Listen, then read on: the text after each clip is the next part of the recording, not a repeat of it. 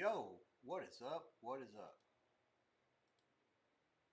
We are live on the Sweatbox. My name is Rex Byers. I'm your host. YouTube TV, Twitch TV. I've got college basketball on 7 TVs or 8 TVs, and I've got the NFL, the one in the middle. Bears, Packers. Had Carolina pregame, had Carolina live in the earlier session. Carolina halftime actually plus 6.5. But also Carolina plus 10.5. Good juice for the game. Amazon Prime, the feed tonight. I've got a good feed on this one as well. The rest of the playoff games, I don't think any of them are on ESPN only. So until the Super Bowl next year, I'm good. When it comes to playoff streaming in the NFL, it's much better than the college. Whereas I'm having to go off the box score and take a lot of guesses. In this case, certainly not the situation in the NFL. The early game was on the Fox.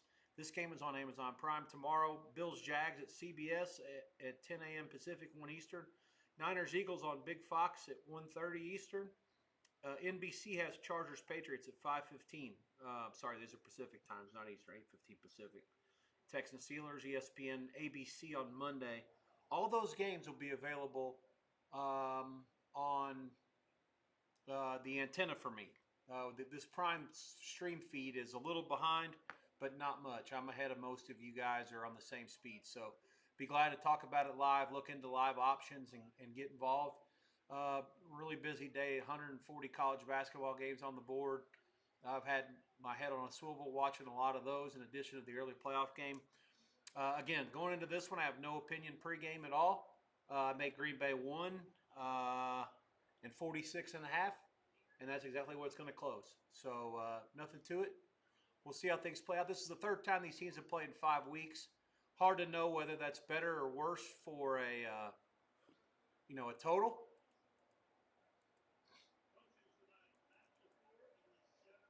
I don't know who won the coin toss. I've had a kind of a.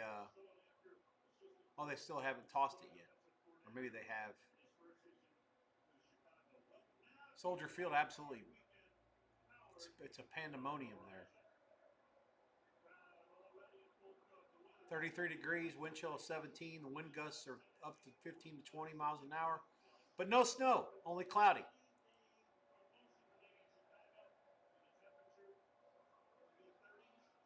In these situations, if the wind doesn't blow and it does snow, I would always favor over. It's one of the misconceptions about weather. Snow is good for under. No, snow is absolutely great for the offenses.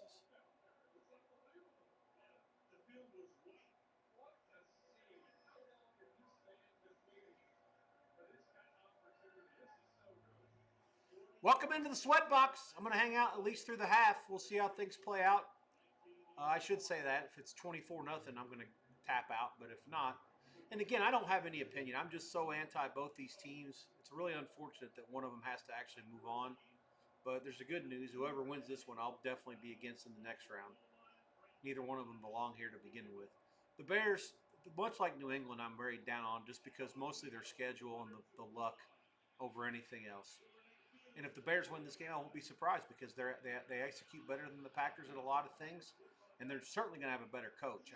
The Green Bay coach is vastly overrated in my mind. Of course, it sucks for him that he's tied to that sorry quarterback, but it is what it is. Bears quarterback threw for 39-42 this year. That's a record for the franchise. And no Bears quarterback has still ever thrown for 4,000 yards in a season. Let's see. I need to chart the kickoff. So Green Bay kicked. I don't know who won the toss. Doesn't matter at this point with the defer and kick. I keep track of that stuff with all the coin toss stuff during the regular season. Doesn't matter now. Bears starts at their own 32. Williams gives it to Swift. Banks his way up the middle for 1, maybe 2 on the first play of the game. Amazon Prime. Al Michaels and Kirk Herbstreit are your announcers. Kaylee Hartung is on the field. I have a little bit of volume on it, but again, I'm sweating some college basketball and some other stuff as well. Would certainly recommend if anybody's contemplating why Kentucky's laying a number that they're laying again tonight against Mississippi State, go ahead and take the points. I mean, if it goes bad for the Cats, the noose will tighten up a little bit more and fans will boo a little bit louder, and the players haven't handled adversity very good this year against good teams, not even mediocre teams. Second and 9 passes complete to Moore. He gets about 7. It's going to be under 14 minutes. It'll be third and short, maybe 2 or so. I'll certainly keep you posted on live. Nothing will happen until I see both teams have the ball once.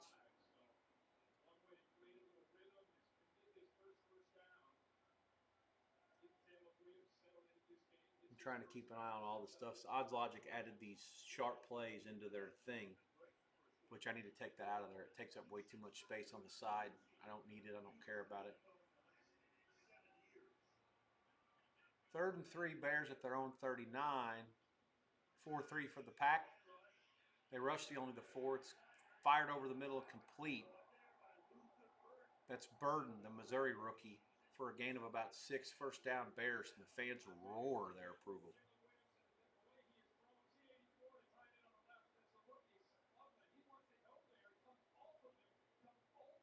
I talked to somebody I respect earlier, and they talked about Cole Kmet being a possibility of someone who would be a good anytime or first touchdown scorer. I forgot the prices, but it made a lot of sense to me. All these pseudo sharps are all over Loveland, and he's going to be the guy, and this, that, and the other. I don't know, man. Like, in my mind, Kmet could be an absolute weapon in this game. Here comes a blitz. Nope, they drop out. And he fires it over the head of Loveland.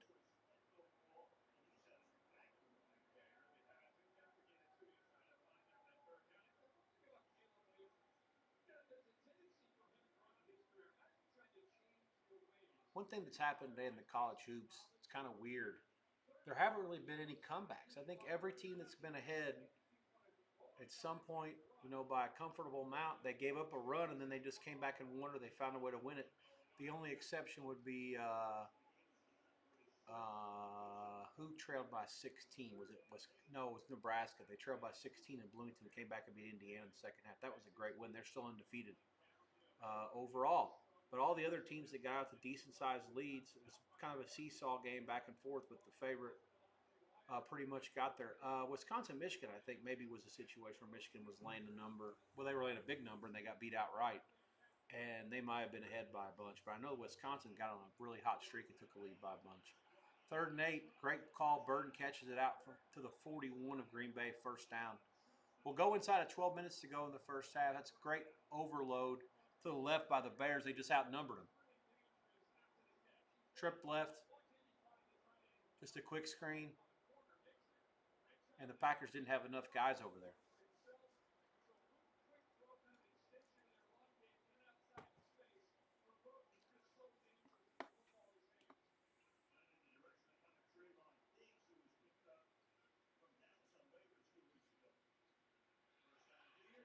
Swift bangs his way through the middle for about 8. First down, Bears.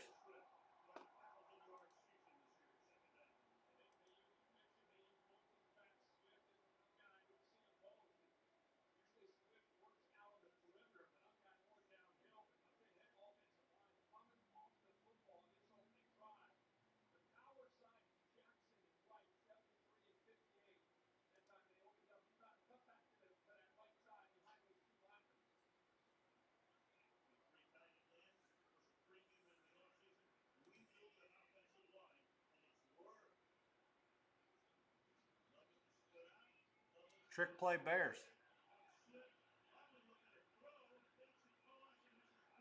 On 2nd and 2, Kmet actually ends up running the ball for a first down. Give him 2. He's left-handed. Was going to try to throw it there.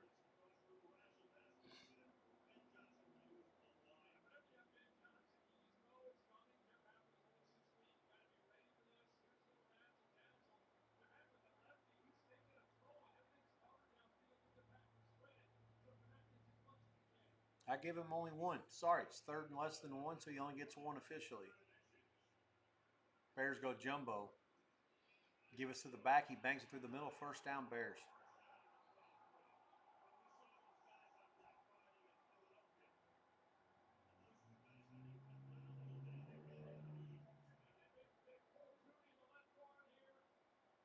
Yeah, 62 Tooney gets out of there.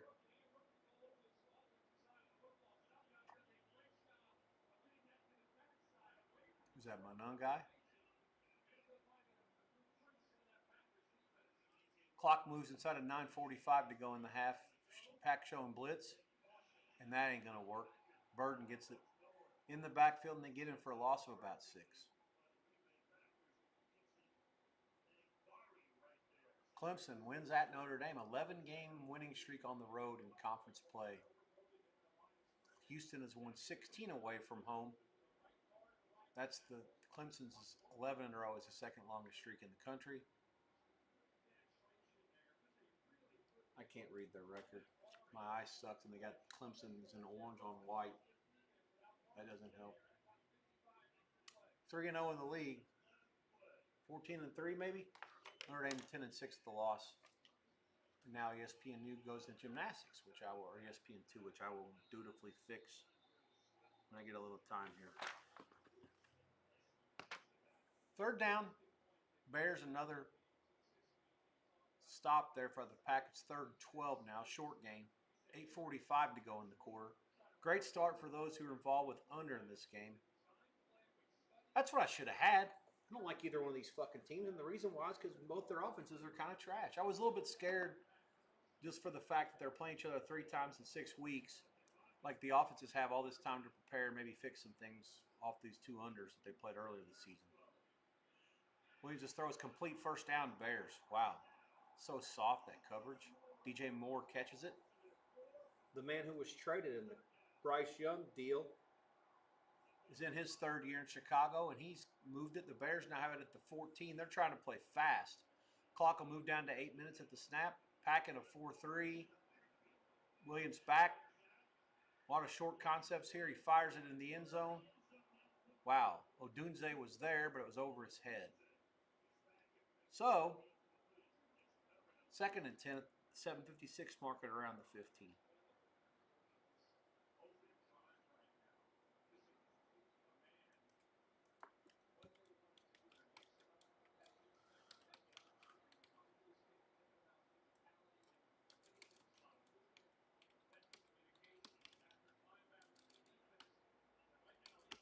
Keyboard not working. That's great. Love it when this happens. Swift bangs his way through the middle for about 5, maybe 6. It'll be 3rd and 4 at about the 8.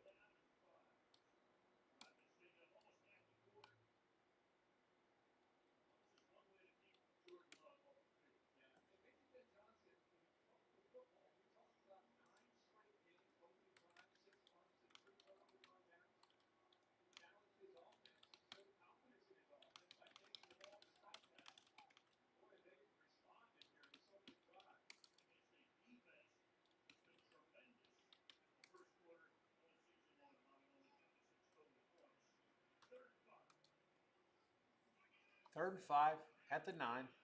Williams back, jancing around, fires. Incomplete. No one near it. And the Packers, despite being on the field for almost 8 minutes, are going to hold the Bears to a field goal attempt, most likely, after 15 plays.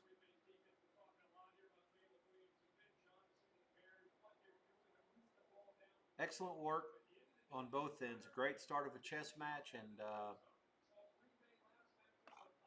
gosh, under seems really good. Maybe I'm missing something. 46.5 was there before this field goal attempt. I see 45.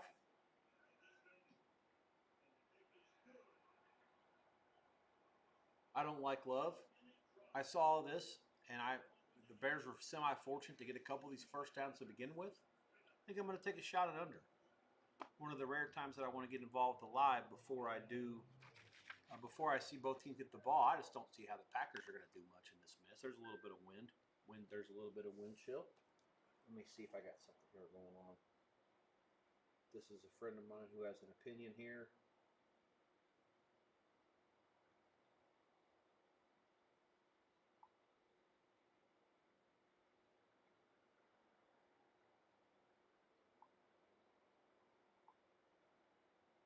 Yeah, the order's out. Let's see if we can get to it.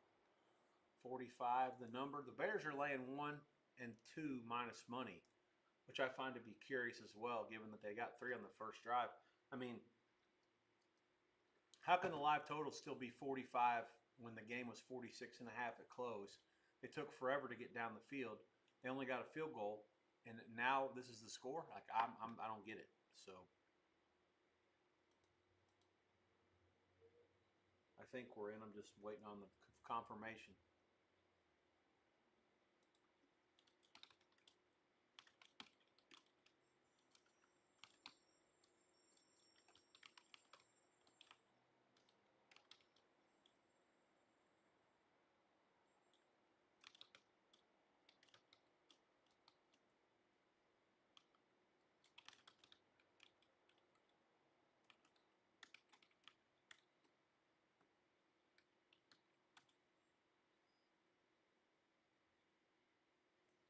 Good. Good. 45's good all the way to minus 115, to be honest with you. I've seen enough of this. The Bears probably know that they're a little bit out talented. They're going to do what they can to shorten the game and do some things offensively to keep the ball for a little bit longer, even if they can't score. These two teams have played for the third time in 6 weeks. The fact that the Bears had the ball for that long and only got 3 out of it, it leads me to some super high confidence that under 45 is a good bet. All the way to minus 115 is good. I see a 44 at Chris now. You're teetering with danger. I would go for a little bit less than that. Maybe only a small play or 1.5 units, small to medium, depending on what your bankroll size is. But I think that this will be the best we're going to see on the total. If Green Bay punts here on the first drive, there's no turnovers anytime soon. I can reasonably expect this game to not have a lot of points before halftime, and then we can work with it from there. 8:25 Eastern Time. Thanks for checking me out. I am Rex Byers, your host here on the Sweatbox, YouTube TV, Twitch TV. Packers about to get the ball for the first time, but not before there's a turnover. I'm sorry, a flag. Bears guys are celebrating like they stole the ball. I don't think that happened, I hope. Oh my God, they are saying. Oh no, it's a hold. Okay, all right. Hold on, Green Bay. I'll allow that. The turnover is the problem. They were celebrating like they stole the ball from him.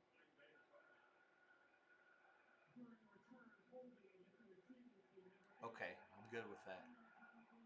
Penalty's fine. Now the Packers should have the ball for 7 minutes as well and get a field goal. That'd be great. Okay. Feel free to ask any questions about anything you want. You see the first live play is live under 45 flat or better. It's good to minus 115. Keep your eyes on the screen and what's happening as the game progresses. I have a pretty good feed on Amazon Prime here, and I'll try to do the best I can to keep you up to speed. No real tape. This will be the slowest that I have because it's the one game that isn't on streaming and not actually on a live antenna feed like a Fox, CBS, or NBC. And then, of course, ABC on Monday, which I will probably not be around for. The Packers will start at their own 15. 6:58 to go in the first. Little end around to one of the receivers, first down for the Packers out to about the 28, maybe the 29. First down, Green Bay. Clock will continue to move because out of bounds means nothing in the NFL.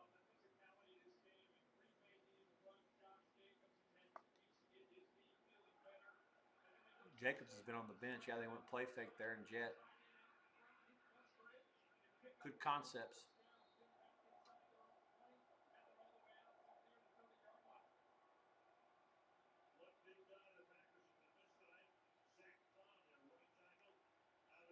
Uh, 6 minutes and 20 seconds here. Love backfires over the middle. That's incomplete. Watson, I believe, was the intended receiver. Johnson on the coverage. 6:14 to go in the first. 2nd and 10 for Green Bay. Again, going into this game, I really didn't have any strong opinions. I'm more anti both these teams than I am pro either one of them. And I thought 46.5 was a fair total given the fact that the weather could have been a lot of different things. Wind, snow. There was snow earlier. Now there's no snow. The field's clear. And the wind's not nearly enough to make it to where over has to be right. So as long as it doesn't snow and the wind stops, then I think unders on the live is correct. Given the fact that we had a pregame close at 46.5, they had the ball for an hour on the first drive, half the quarter, and they only got 3. So if we have more of that and keep the touchdowns away, I think under live is certainly the way to go. And the price continues to move our way here as we move inside of 6 minutes in the first quarter. Bears 3, Green Bay nothing in Chicago. I think the way that this is played out, it's already a done deal. The Rams winning at Carolina. No, it's not. So nothing's done with anything. Play fake, Love. All day to throw it. Fires. Caught. Is that Romeo Dobbs, the freak from Nevada with the shit on his helmet? Great play. He's a stud. No doubt about that. Yeah, so it looks like if the Pack, so the 7-5-4, so 7-2 is this one. So this will be the one that determines what happens. If the Packers win this game, they will go to Seattle. And if the Bears win, they will play at home against either the Rams or the Eagles. And then the Niners are also a candidate to play depending wherever they beat Philadelphia, depending on what happens here. All kinds of shit going on. Jacobs bangs his way through. It's a big play. Down to about the 18, first down Green Bay. They're spotting him short of the first down. Give him 9. Down to the 19. Terrifying situation here. The Packers seem to have been holding some cards back in these first couple games, just in case this popped up tonight.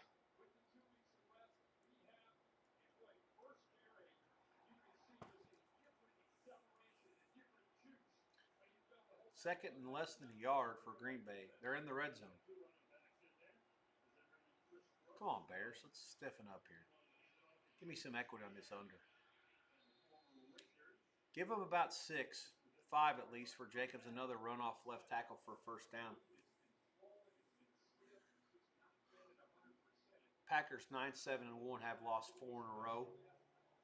Enter the playoffs with the worst NFC wildcard record. A little better than Carolina's 8-9, who got in as a winner of the NFC South.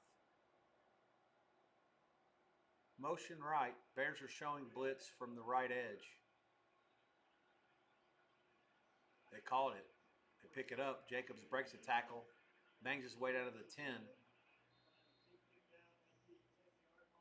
Let's give him 5, maybe 4. Clock will move inside of 3 minutes and before the next snap. Great start.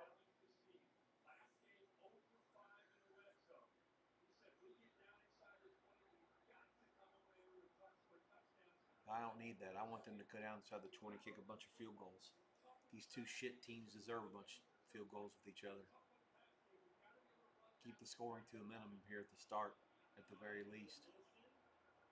2nd and 5 at the 10. Here's a dump to the outside to screen.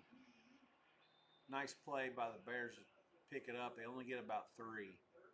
It'll be 3rd and 2 at the 7.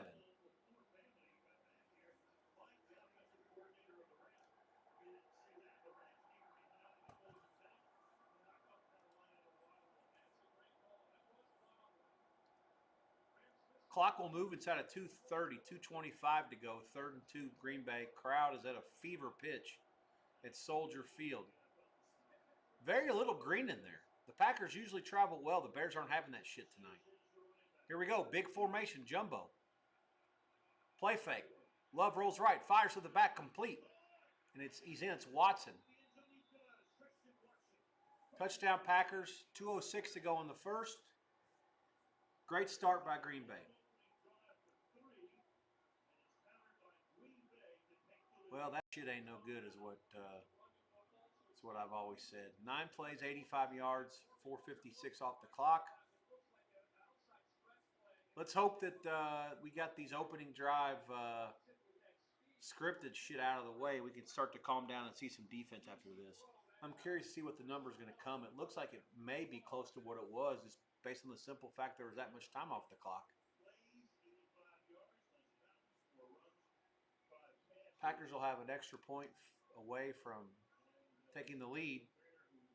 There is an extra point that will be on hold because of a number 9 for the Bears is down. Brister.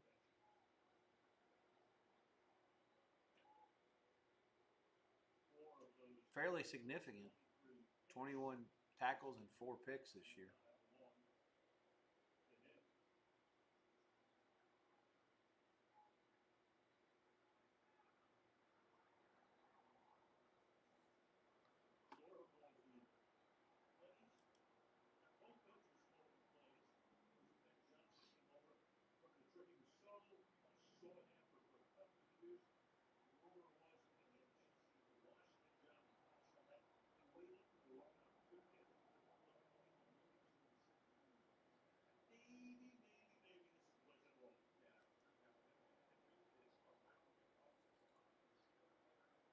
.206 to go in the first when they finally kick this extra point.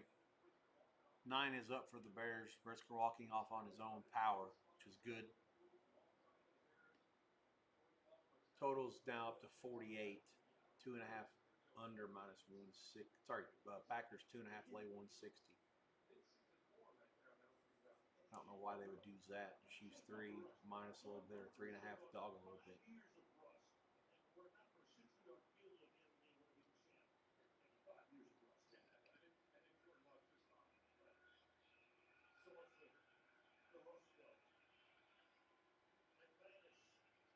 Snap, down, up, and good. And Green Bay leads it 7-3. In Chicago, 2:06 to go in the first. Let's see what we can come into here in the live. 48 flat's the number I'm looking for one more snap at the live. It'll only be small too, until I can try to get a better position with what's going on here. Chris is 46 over 16, 46 and 47.5. Now they're down 47.5 again. Pinnacle's 48. They're close to flat, not quite. Hang on, grab the old phone and try to get ready for this shit.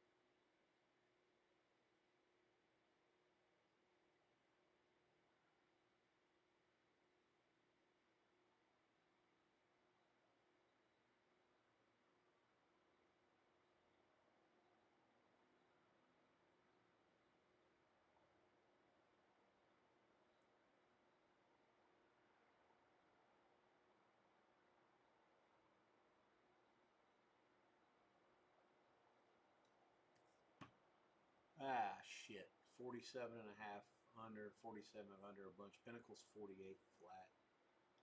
Get to that. If you guys can't, don't do it for nearly as much. It's only going to be for a little bit of unit. Just don't do it at all.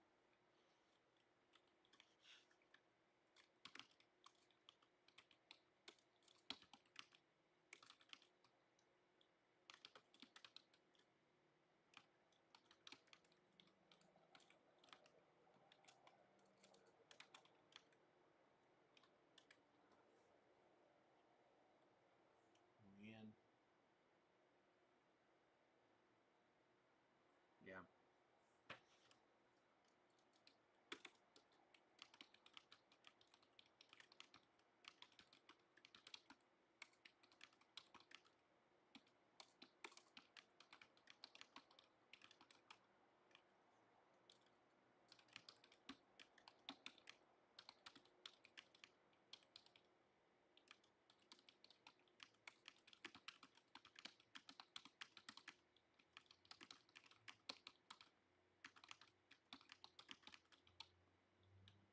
All right. So, chats have been sent out.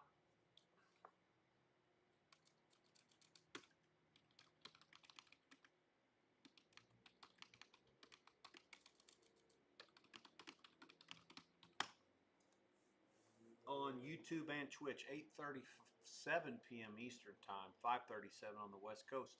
My name is Rex Byers. I'm your host here. Thanks for checking me out. YouTube TV, Twitch TV. I am your host here on the Sweat Box. Packers kicked off. Bears kicked the field goal.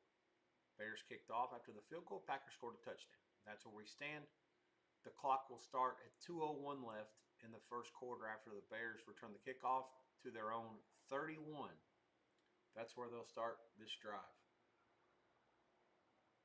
Packers live price 3.5. Total 47 over some money, 47.5 under some money, 48 under a little bit of money. Our Pinnacle play might have moved to 2 cents. Who knows? Anyways, yeah, thanks for checking me out. This is fun. always, and especially when I have no opinion pregame, I always like to get involved more in the live. I'm anti both teams, so it makes it easy for me to sit here and watch it and try to see who the hell's going to beat the shit out of whoever wins this game next week, right? Herb Street and Michaels calling the game. I guess there was an announcement earlier that Michaels will be back next year in his age 82 season to work prime one more year. I think that's the end of the contract. We'll see how it works. I know a lot of people have given him the business this year, but I think he's been at times pretty good. Obviously, he's he's old and he's lost a lot off his fastball, but he still talks about gambling and he still makes a pretty good joke here and there, and he still can call a decent game. Doesn't have the same enthusiasm he used to, but hell, would you? If you called the gold medal hockey game in 1980, it's now 2026. Bears have lost some yardage here to start this drive. And the clock's moving, which is even better for everything. Clock will go inside of a minute before this next snap. And Bears sitting on 3rd and 5. Johnson looks disgusted about something.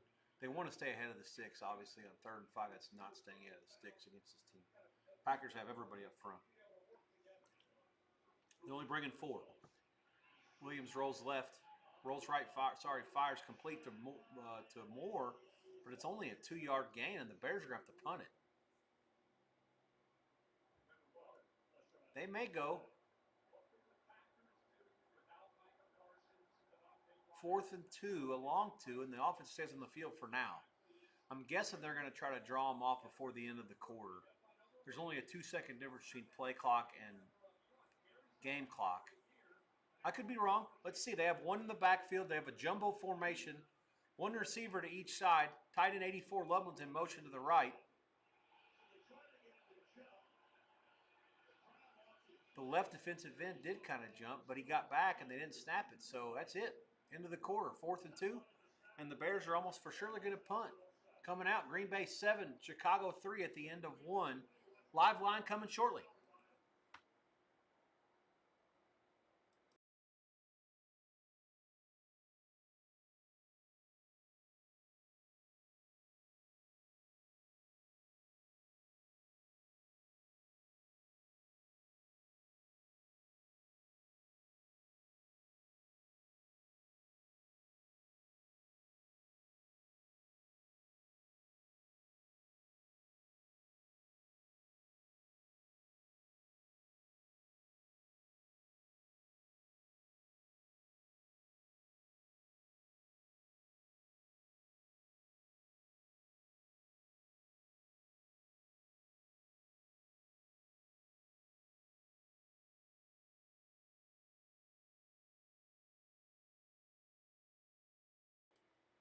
Nothing's set in stone here, but I have to think the Bears are going to punt it. I mean, it takes balls of a burglar to try to go for it in the situation.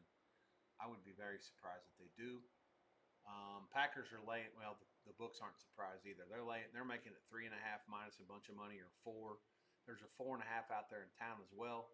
Total 45.5 to 46. I'm not going for any more under. If you miss it the first time, if you want to go for some under, you have my blessing. 47 would be a whole lot better price than 46.5. But yeah, if you haven't gotten involved yet, feel free to go take a dabble on the under 46.5. And let's hope that we end up thanking each other later. Nothing, like I said, nothing for me at the point. You guys are aware that I have under 45 flat for 2 and under 48. That's flat as well. Actually, it's minus 111. I should put that in the chat just so everybody who wants to chart this shit can be aware of what we got. It is 8:42 Eastern, 5:42 Pacific.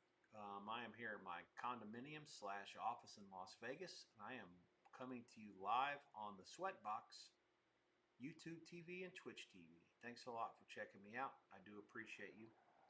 Feel free to ask any questions or make any comments in the chat. I'll be glad to get back to you as I see them. I've got both feeds pulled up. I know that the YouTube TV is on a little bit of a delay, but I'll pay the extra money every month to Streamlabs to ensure that I get to tweet or I get to stream to both places at the same time. Otherwise, it's just a one-way street.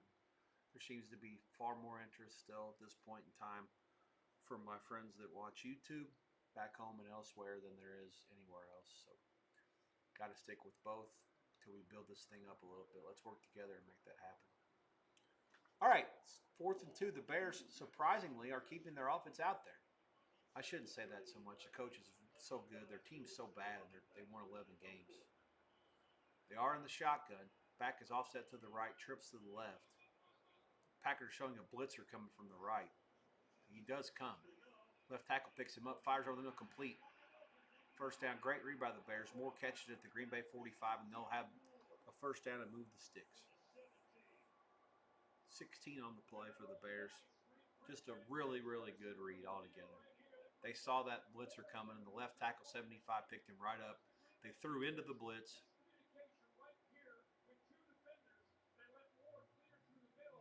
Yeah, it's not the guy you want to let do that. The guy's too good of a player.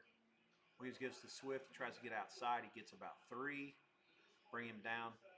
Clock will keep moving, which is the good news for under.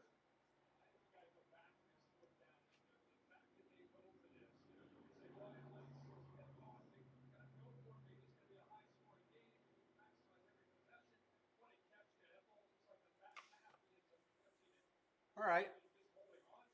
7-3 Packers. Inside of 14 minutes, they have it at the Bears have it at the Green Bay 41. Williams fires back on a screen to Moore. It looked real promising for just about 2 seconds, and then 2 seconds later, he's on the ground. Gain of a yard. He slipped. Be 3rd and long for the Bears now. Pack have been super aggressive so far on defense in the second drive especially. I think that now that the Bears are out of their scripts, Green Bay's been much more aggressive, sending guys either to the ball or on the blitz. Now, the Bears have such a great coaching staff. They've been able to pick up a couple of the blitzes and move the sticks. But I don't know if that's going to continue going forward just because Green Bay, like I say, even without Parsons, they still have enough good, talented players on defense against Chicago offense that I don't believe has many good players. 56 for Green Bay's in the backfield before the back gets the ball. Loss of yardage there. And now the Bears have a decision to make on 4th and 5 or 6. They're kind of in between punt and field goal range. I'm guessing they'll go for it.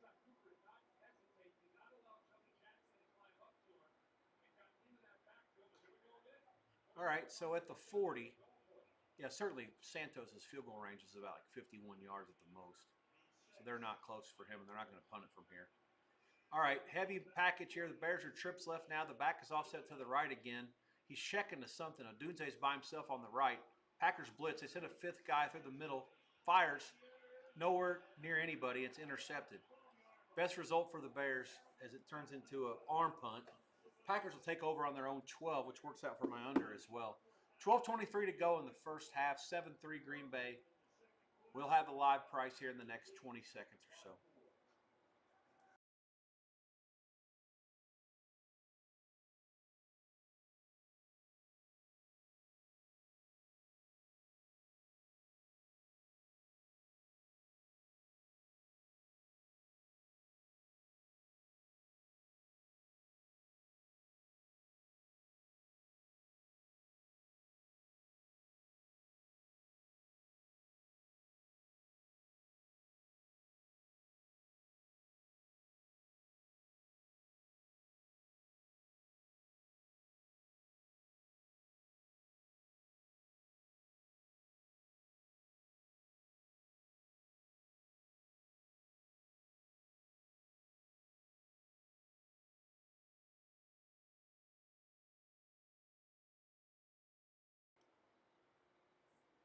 I got no arguments with this or nothing I really like. Green Bay, again, takes over, in their own red zone. 4.5, Chris minus money, which I think is the right line. Pinnacle and a couple others are using 3.5, lay a ton. If I like Green Bay, I'd much rather lay the number and not worry about the juice so much. And if it falls forward, you just pay and tap out. But that half point or that full point for minus 112 to minus 140 isn't worth it in almost any world, no matter what the total is. Even somewhere, anything in more than in the 40s, no way. Live total price 44. There's 44.5 under. There's 43.5 under. No real thoughts. Again, I liked under, and we have it at better numbers at 45 flat and 48 under. 48 minus 111 small. That's good for now. Let's sit tight. Part of me wants to build the position on the under for more, and then try to get back out of there. But that can be really dangerous. It worked out against us last night with the Miami or with the Oregon-Indiana game where Indiana wouldn't stop scoring. So yeah, the same thing can happen here. These two teams are bad enough that one of them could let go of the rope at some point, and the other team could just step on their throat and run them out. More so, it looks like Green Bay than Chicago. I mean, I give Chicago a ton of credit for being the 2 seed. Their coach done a great job. He deserves every bit of Coach of the Year credit, but their team just isn't that good. They're just not. You can delude yourselves into thinking otherwise, but that's all it is a delusion. They're not actually good enough to be able to play with any sort of decent team. I just happen to not sure whether Green Bay's a decent team or not. Lost 4 in a row going to the playoffs. How many teams have success going to the playoffs losing 4 in a row? I'd like to know some numbers on that.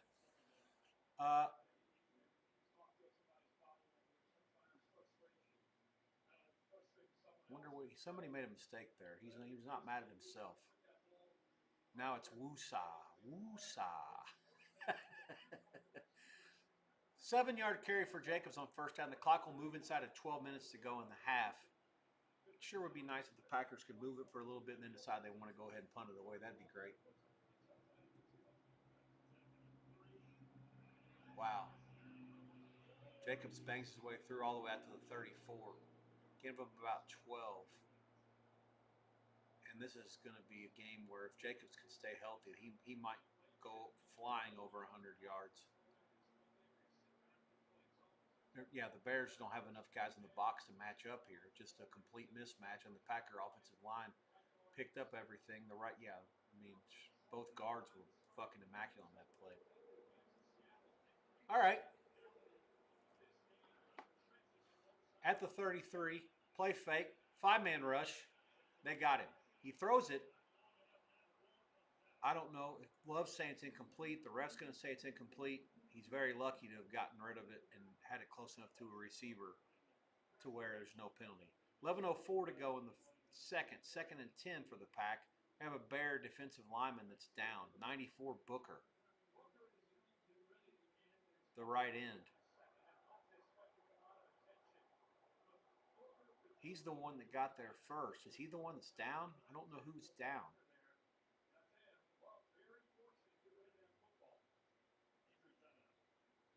Okay, timeout again because of the injury. Let's hang tight for a minute. No penalty, obviously. Anything happening in the basketball that's important? Detroit leads the Clippers 55-41 at the half. For those of you who are interested in that nonsense, Clippers are 4.5 favorite, 110 the total. The Pacers are bludgeoning Miami, 99-72 at home, looking for their second straight win after losing about 13 in a row. That's late in the third. Earlier game today, Cleveland beats Minnesota 146-134 at home. Game flies over. Cleveland gets the cash. 59-41, the Bulls lead Dallas late in the second. Bulls laying 4 and 233. The Saturday Night Bulls. It only works in their dog, though. And San Antonio, Boston, 46-41. Celtics, 4:22 to go in the second. Late start there tonight in Boston, 8:10 Eastern. Spurs lay 1, 231. The last game goes in Utah in about 50 minutes. Charlotte's in Utah. Can Charlotte actually lay 5.5 on the road? I mean, is Utah's entire team just not going to play? 239.5 is the total there. I'm aware that the Hornets have played better lately. Still kind of a crazy number. I got all these college basketball finals. I'll be glad to give you the scores, the steam, whatever. Just feel free to ask questions in the chat. YouTube TV, Twitch TV, M. Lewis 8111. Good luck. Thank you, sir. Appreciate you on YouTube. Thanks for checking me out. 8:52 p.m. Eastern Time. YouTube TV, Twitch TV. Rex Byers, your host here on the Sweatbox. I appreciate you checking me out. My guy China I saw retweeted the fact that I put my stream out there. China, I appreciate you too, man. Hopefully all's well with you.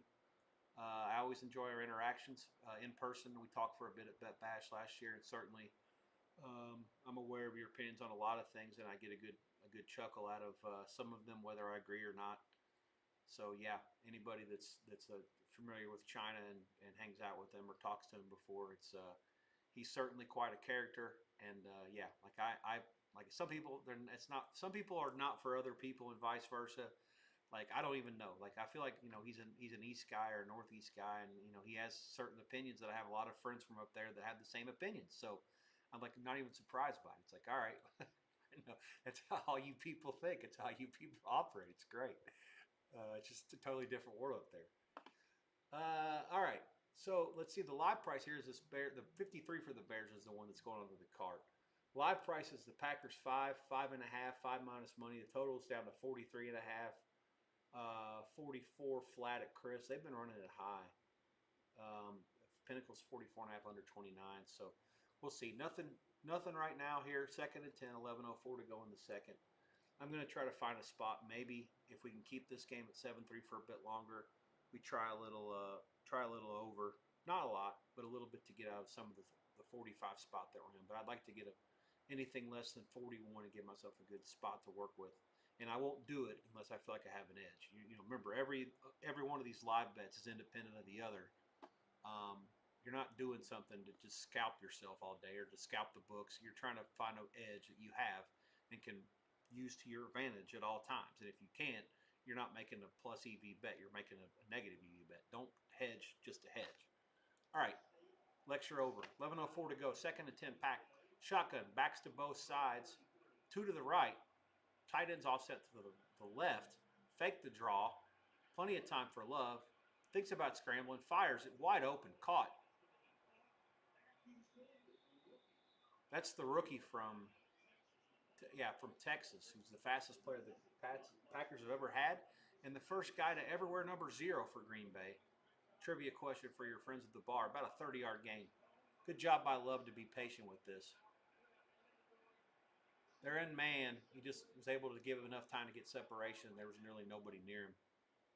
The defensive back had not much of a chance.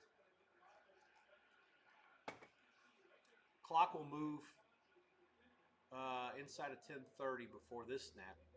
That's been Love's best throw of the night. And certainly the Packers are in position to score again. The new live price is like 7 minus money and 45.5.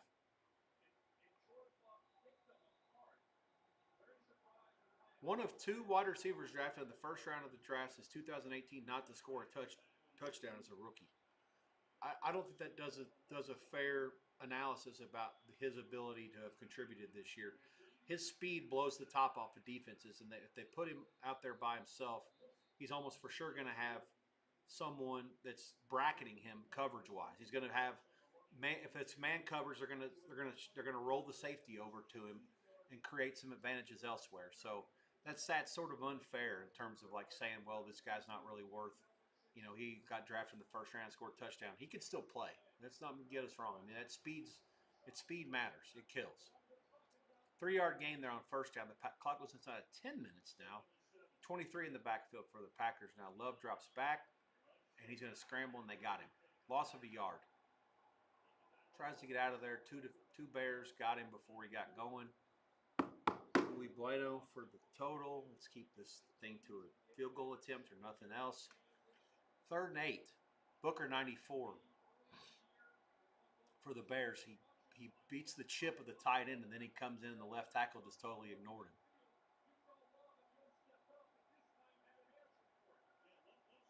Great work. 3rd and 8 at the Bears 29. Clock will move inside of 9 minutes before the snap. They're going to have to call a timeout. Yeah, they call it. 4-man rush. Took too long. 8:55, either there's a timeout or there's a let's say a delay of game, one or the other. 7-3 Packers, 3rd and long at the Bear 29. 8:55 to go in the half. We have a timeout. I'll give you the live price here in just a second.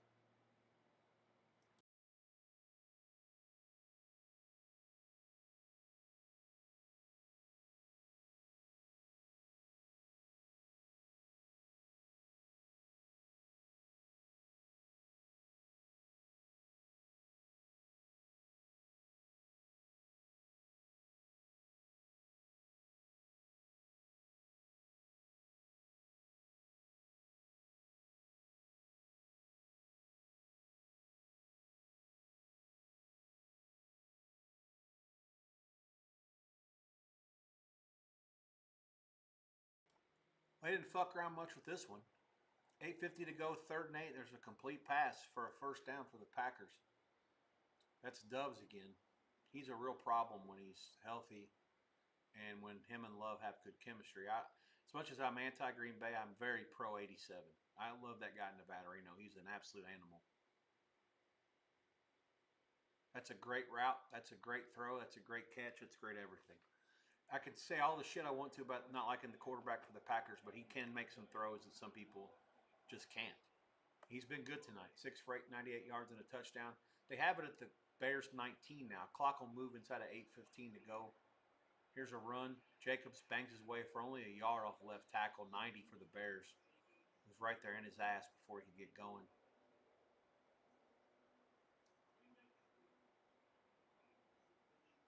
Live price, basically Green Bay 7, 7.5, total around 44.5 flat. Field goal is a huge situation here for this total. I really want to have a realistic chance to get there with it, and I really don't think that I do if they keep scoring touchdowns on these long drives. Check. He's touching his helmet, 2 to each side. There's one back. He's out. He's under center this time. The Bears might be offside. It's a loss of 1 if they don't throw a flag, and they didn't. I thought that the Bears' right defensive end was offsides there. They didn't call it. Either he jumped in the neutral zone and got back, or he didn't make it far enough to where it mattered. Clock will go inside of 7 minutes before this snap. 3rd and 9.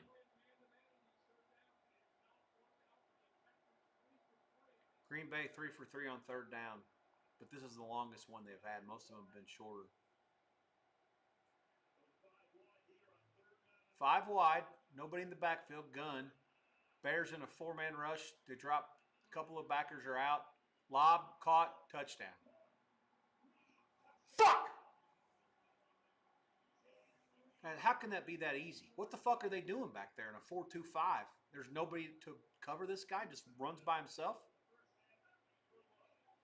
Puts us in a bad spot in the total. I was hoping to maybe try to have a shot to get out of some of it either before or at halftime, and now it's kind of ruined. It's a great call, good concept, horrible execution by the defense. They have to do better than that. And that's some shit that works in college sometimes, and maybe in 1AA, but not in the NFL. 6:46 to go in the half. Packers lead 13-3. The point is up and good. 14-3 Green Bay. 6:46 to go in the half.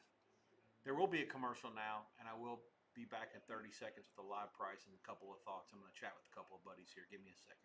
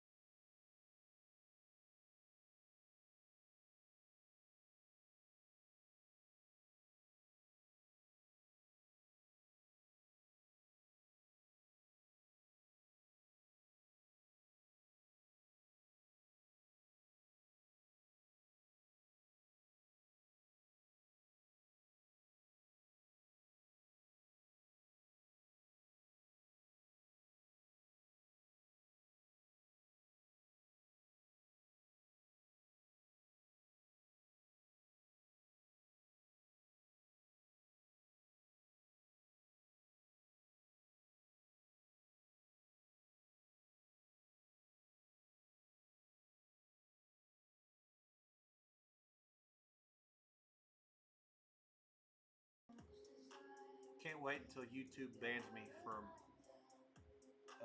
playing this song in the background. It's a tremendous song. One of my friends in Costa Rica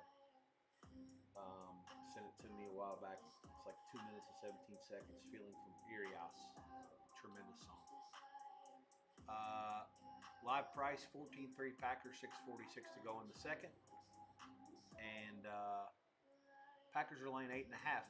Total 46.5. Over money 47.5. Under money 47.5 flat. Got to be honest, I actually still like under, but I'm already way fired, way more pot invested than I want to be here. I'm not sure what the Bears are going to do against this team going forward. I feel like that they've extended themselves as best they can. I actually like Green Bay as well, but 8.5 is just a big, big number in the playoff game. The back door is wide open. They're only up 11. If it was like 6.5, then I would say that's worth a lay. But at 8.5, it's a pass for now. I'll probably regret that. Wouldn't be surprised if they, they end up, winning it by whatever they want to. Let's see here. Hang on one second. As the Packers kick too, right? Yes. This is like, danger zone here for the Bears. They probably need a touchdown before the half. Or at the worst case, get a field goal and nothing else happens for the other side, and it goes in at the half like this. I mean, I feel like they're down by 8 at the half. They have something they can work with. Let's see. Ball's on the tee for the Pack. They're about to kick it. 8.5 and 46.5 over a bunch, 47.5 under a bunch. There is a 48 again at Pinnacle. God, I want to get to that. The kick is returned out to the 20, 25, 27. Bears will start from there. 6:38. Oh, we went to Haley. I was hoping there was an injury. I'm anti-announcers. No offense to Al, he's a legend, but I'm not interested in listening to Herbert Street call any game, college or pro. And certainly don't want to listen to 81-year-old Al if there's nothing they can give me that's not going to help me with handicapping your life. Play fake. Williams rolls right. Has all kinds of time. He only rushed 3. He rolls. He ends up getting about 3. Gets out of bounds. 6:30 to go in the half. That works out just good with me. The clock will continue to run. Let's get this thing into the half at like 14-6, 17-3. I'm not greedy. I mean, 14-10 is not the worst thing ever. I don't want that. 21-3 is not the best thing ever, but not the worst thing either. I don't want it. Anything less than 24 would be pretty awesome. We can at least work with it. The Bears will just get so aggressive if they get farther behind. That's the only problem I have with it. Play fake. Swift bangs his way through the middle for about 4, maybe 5. 5:50 to go. First half. Clock moves. 3rd and 3. We are at past the top of the hour. 9:06 Eastern, 6:06 Pacific. I am Rex Byers, your host here on the Sweat Box. YouTube TV, Twitch TV. Thanks for checking me out. Thanks for China. I'll make sure to link you back at halftime with a good old appreciative retweet. Whether you're being sarcastic or not, it's irrelevant to me. Any exposure is good exposure when you're trying to get people to check out what you're trying to operate and do. Hopefully it's helpful to you if you're watching it. And if you're fading me, hey, good for you as well. It's a catch and a fumble, and the Bears somehow fall on it. So Komet, it's a 3rd and 4 play, gets about 80, fumbles it forward 2 yards, and the Bears, who is that, a Dunze? Falls on it, and wow. First down Bears, inside 5 minutes to go in the quarter now. Yeah, Komet caught it. Actually, you can argue that it's not a catch. They may challenge this. He did not make a football move, I don't think, before the catch. I wouldn't be surprised if the Packers throw yeah, they're going to. Yeah, no argument here. I think I would do it too. They got 2 challenges to work with. Why not call one? It's in the first half. And if you get it right, they have to punt it to you. They're not going to go for it from here. The live price becomes really tough to book. 9 and 47 are on the screen, but those will go down as the challenge pops up. Oh, wow.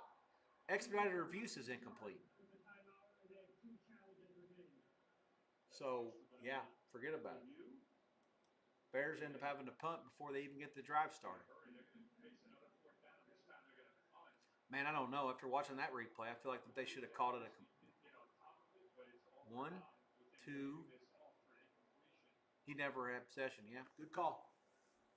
Good challenge by the Packers. Good work by the replay review booth to expedite the thing. Oh, the Bears are going to go for it. 4th and 4. Down 14-3. Monster play. This is terrible for under if they don't get it, because now they're chasing points the whole rest of the fucking game. There's no way out of this thing. From the 32, they're going to go for it. Please get 5 yards and stay in bounds. They have a back offset to the left. They have 2 receivers to each side. The Packers are showing all kinds of people to try to rush. They have 6 in the box and a 3 behind them, right in the box, close to it. Motion, they're in man, at least up front. Bad snap, fumbles it. Not to fumble, but didn't handle it cleanly. And 94 for the Packers knocks it down. And that will be that. Incomplete pass. Green Bay takes over at the Chicago 32, up 14-3 with 5:15 left.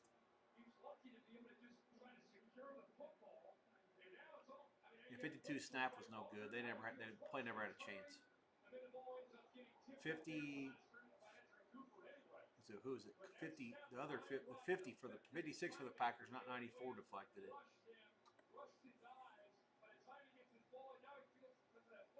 And then that's not acceptable. These teams have been playing together for months, and they can't get the snap back to the quarterback on 4th and 4. 5:15 to go in the half. Packers up 14-3. Should have a chance to score with even they get no yards here. Jacobs off the right tackle. Some sort of a pseudo sweep action. Gets him about 7. 97 for the Bears is down. He's injured. There's going to be a timeout for this one. Not sure when they're going to stop the clock. 5 minutes to go in the half. Timeout. 14-3 Green Bay. Second and about 3 for the Packers at the Bears 20, maybe second and 4th to 26. Live price is coming here shortly. Hang tight.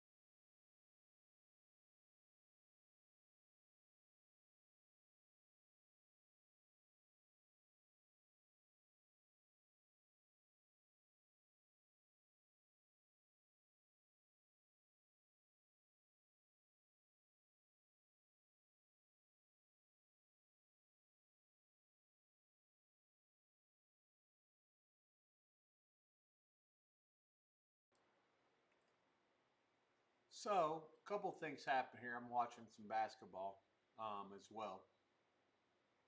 You've got a final score in Boulder. Texas Tech laying a big number. Well, sorry, we're up by a big number against Colorado. Game 771 on the rotation. McCaslin's team was up, I think, as much as 16 or 18 in Boulder. They blew it all, and they do not get the money. Total was 5 and 161. Sorry, side total was 5. Texas Tech 5 and 161. There was some 5.5 out there at the end. Pretty close to the open. Game stays under, and Texas Tech wins it, but only 73-71. Halftime in Tuscaloosa, Texas leads Alabama 46-45. Alabama, a decent favorite going into this game. Halftime price, I'm waiting for the odd screen to give me a number. 7, which I think is about right. The total at 92, 92 and a half seems a little bit absurd. Circa taking a stand here. They are 90 and a half, so way off of everybody else. And there's a couple of people that are lower as well. I actually would rather have under in this game. Pinnacle 92 and a half, Circa 90 and a half. You do what you want to with it. There's ways to go both ways. I'm not trying to middle a game. It's a 2-point total and then the 90s. It's a whole lot worse odds than if it was in the 60s. You know, if you have 64 and a half, 62 and a half, that's different. But yeah, I would say under for me would be the way to lean. But of course, you never know. Overtime's in play, and you got fouls and all this other bullshit going on. So probably a pass. I'll keep you posted if anything else. UCLA's up 38-21 on Big Fox against Maryland. Terps are 0-4 in their first season of the Big Ten under Buzz Williams. Buzz Williams' first season in the Big Ten under as a Terp coach. How about that? Let me rephrase myself to be journalistically correct. Jeff Sherman, sorry, Mick Cronin. Anybody who knows the Westgate Superbook. Former boss of mine who's a great friend and a good dude, looks just like him. I've never seen him in the same room before. 3rd and 1, the Packers are going to lose a yard or get back to the line of scrimmage only, depending on the spot. 4 minutes to go. Clock will stop. It will be 4th down. I'm guessing Green Bay is going to go for it. Anyways, UCLA 4.5 at 75.5, 76. Certainly another lean to under in that one. No opinion on the side. Not much else going on. Kentucky and Mississippi State are playing as well in the SEC channel. Cats are laying a big number. It's a tough spot given all the boo birds at Rupp Arena with the Cats losing 5 games. And earlier this week is a double-digit favorite, and they're laying it again tonight. Tough to know. Here we go. 4th and 1 at the 23. Play fake. Love rolls right. Caught. Watson again. He's in or he fumbled. Oh, but the Packers recovered in the end zone. 3:25 to go in the half, and the Packers. Dubs recovers it. Who is that? Watson.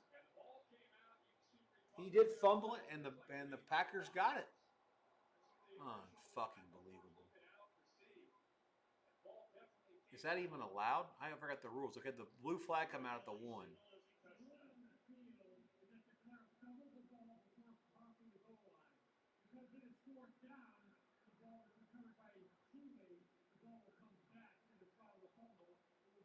So no touchdown. Good call, refs. I forgot the rules on that. That's the holy roller play the Raiders ran back in the 70s. The rule's been that way for 50 years. 4th down, fumble, comes back to the spot.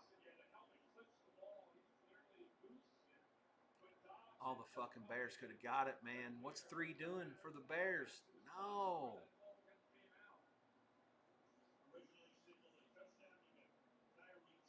I'm so sick about this. I talked all year about the fucking Bears being a phony. I'm saying it again. The fucking Patriots are a phony. And the Chargers are going to go in there and punk their ass tomorrow. I feel stronger about that now after seeing all this. You can only do so much. You're playing against all these shitty teams all year. They're 1-2 against teams with a winning record. The Chargers will go in there. They will punk their ass. They will challenge their manhood. And the Patriots will have no answer. Not because Vrabel's not a great coach. It's because they don't have the talent to do it yet. They're not there. They're not. Just like the Bears aren't there yet tonight. I thought they would come in last place in the division. That coach has done an incredible job. If anybody talks about who's the coach of the year, with that quarterback and that team, that talent, the Chicago coach deserves it for sure. 11 wins with this team? Forget about it. But it just convinces me more and more that the Chargers are definitely right tomorrow against New England. What's this here? A draw? Nothing. Get nothing. So 2nd and goal at the 1-0. So now it's going to be 3rd and goal. Clock will move inside of 3 minutes, which is great. How about they keep them out? How about that for the under? Nothing here would be fucking tremendous. 9:15 Eastern, 6:15 Pacific. I am Rex Byers, your host of the Sweatbox. YouTube TV, Twitch TV. Thanks for checking me out. If you haven't done it before, do it again. Let's have fun with it. Let's make some money. Let's see what we can do. Looking forward to possible halftime thoughts and live thoughts as well. Under twice so far on the live at 45 and 48. I have no clue. There's just too many variables to do anything before this one. 2:20 to go before halftime. The Packers are calling a timeout before the play clock runs down to 0. Try to give the Bears fewer chances to do anything. Live price, Green Bay 13.5, 12.5, total 48.5, and there's some over money to that. Listen, I've got to be honest. I like under again. I'm not betting it. We're not involved with it anymore. I'm not going to sit here and blow my brains out on the same thing all the time. But I really think that the under 48.5 at even money or better is a great bet. I do. Even if Green Bay scores a touchdown here and it's 21-3 and the Bears have a chance to get the ball first, I still think it's a good bet. I'm fully convinced that the Packers are going to do what they can to take the air out of the ball in the second half if they score a touchdown here. So, yeah, I'm confident that's right. I'm not going for more based on my positions before. And I know that they're all separate. They're all different bets, but it is what it is. Jacobs gets smashed at the 1. He did not get in. Give him a half yard. It's 4th and about 14 inches. The Bears are out of timeout. No, they're not. They have all 3 timeouts. They don't call one. 2-minute warning. And it's very tough to fucking book this. When I was in Costa Rica, I used to fucking hate booking live prices on the 2-minute warning, or with a timeout situation that was kind of skewed or flawed, with a game that was kind of teetering on being a blowout or like whatever. This is the worst spots. I mean, absolutely the worst. And if I had an opinion, I'd fucking give it to you. I don't know if they're going to score. Like, I feel like the Bears defense is all in on not letting them run it.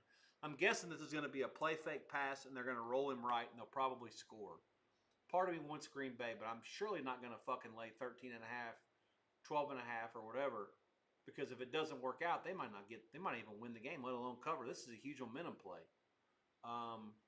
Total 48.5 flat, 48.5 over money. I can't get to any of it. I have to pass. I have to pass.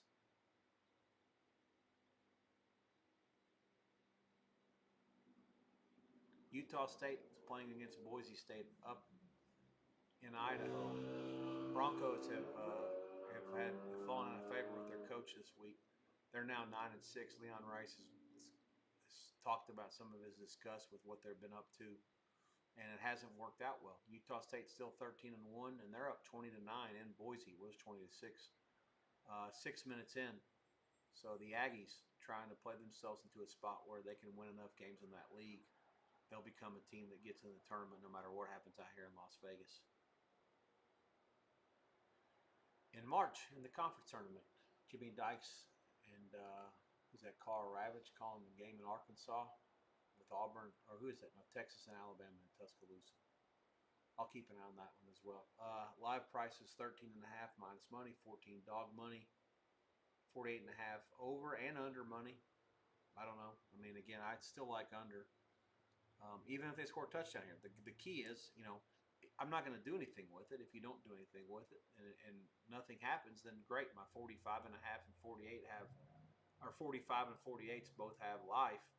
And if not, then I can get a better number if I want more. I might want more. I might want more. If it gets to 21-3, we'll see. The next gen sites call for toss-up. In what world is that right? You have to go for it. And in no world can you kick. If you don't get it, you got them back at their own dick. They got to go 99 yards. Forget about it. Plus, you get the ball at halftime. Complete no-brainer. Here we go. Trips left. Motion left. Man. Shotgun. Back is offset to the right. Motion back to the right. Fake. They're trying to set a pick. Didn't work. Oh, it did work. Dubs is open. Let's see if there's a flag. There's no way it could be that open without there being a pick. Wow. 8 plays, 32 yards, 3:19 off the clock. Packers 20, Bears 3. 1:56 to go in the half. Motion right. That's a pick. God damn. I mean, what the fuck? I mean, they know they're in man. So all they're doing is reading the coverage, whether it's zone or man. That's why they send the guy in motion to begin with. 4 yards one way and then 4 yards back the other. But you can't have the guy just run up the middle and just basically shove 2 guys out of the way. Stevie Wonder could see that. Well, fuck. All right. Anyways, haven't lost it yet, but that sucks. 17-3 would be much better, or 14-3, or 14-6. As I said earlier, would be much better than 21-3. Live prices are coming shortly. I'll keep you posted on them both, on them all. 1:56 to go before the half. I think all the teams have all their timeouts, which makes this even worse. It's so hard to get it to the barn with no more points scored with all these timeouts. Give me 30 seconds.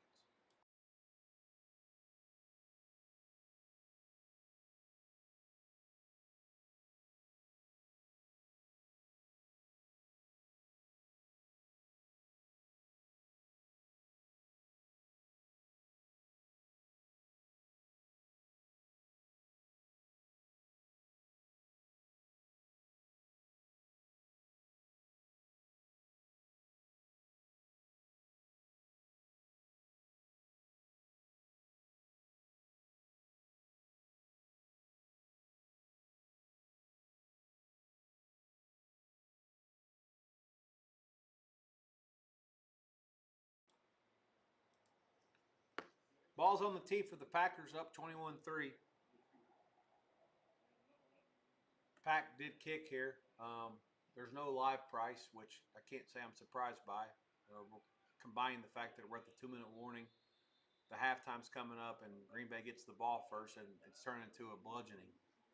So a lot of things that are happening here to conspire to not much of a live market that I'm seeing on my screens.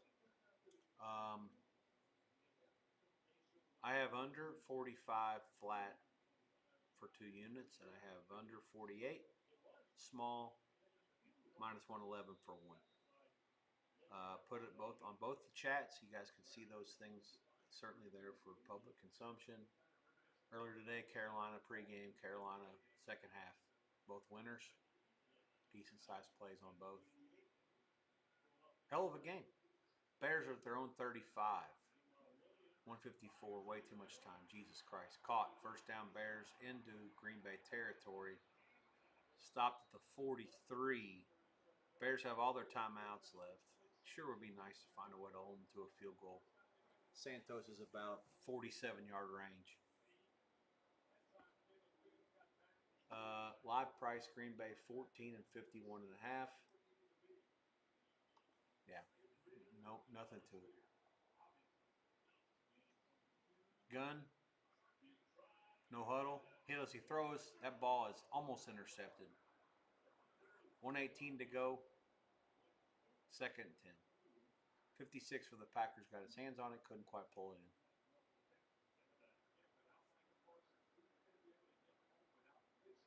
.52 beat the left tackle 75 for the Bears.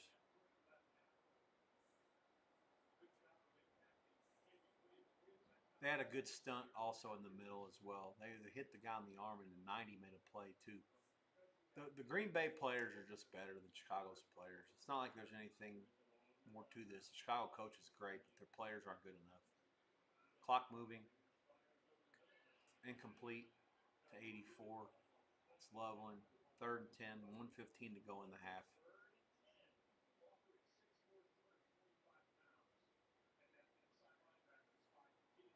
Yeah, I don't know, man. It seems tough for me, the Bears. I'm kicking myself in the ass about the Bears, but I'm also going to go ahead and give myself a prop to say, hey, you know what? The Chargers and the Patriots tomorrow, I've seen enough of this. These teams that play these shitty schedules and that finesse their way to wins because they're playing all these bad teams, it ain't going to work. Williams is going to roll. Oh, he thought he had a first down. Then the Packers sent a couple of guys in late. He gets about 5 on the slide. The clock will continue to run. 1 minute to go in the half. Bears have 3 timeouts. Packers have 1. Bears will keep going for it because why not? Once you commit to the bit, you're just all in. It's like playing blackjack when you double on a couple of hands that you're supposed to win, you lose, and then you want to blow your brains out, and you just keep doubling. 18 against a 9, you're like, well, fuck it. Or, sorry, 9 against a 16 or 17. It's the right play, but you keep losing it, then you start questioning your manhood. Bears have called a timeout, 37 seconds left. No, sorry, Green Bay calls it. That's great. They just get a stop there. They're not even going to try to score. They'll take a knee. I'd love to go in 21-3. I feel like I have a fucking shot here. Second half under would be a great bet. So, if Green Bay wins this game, we'll know they are in Seattle next weekend. And then the winners of the San Francisco and Philadelphia game are going to play the Rams. That's great. I'm not sure I like the reseed thing. You guys can tell me your thoughts in the chat if you want to. But it is what it is. That's how it's always operated, I guess. That's how the owners want it. That's why they have teams like 8-9 Carolina having a home game. Here comes a 4-man rush. Williams back, fires over the middle, incomplete. Incomplete. 32 seconds left, no flags, and the Packers will take over up 21-3. Now the question is, how aggressive do they get? They get the ball at halftime. It would be an atrocity if they do anything to let the Bears score points. But I'm saying that as someone who has an under ticket. We'll see what happens. They are going to a timeout here. Live price, Green Bay, 17.5 flat, give or take. I'm in the middle of working on my halftime. Let me even look at that for a second.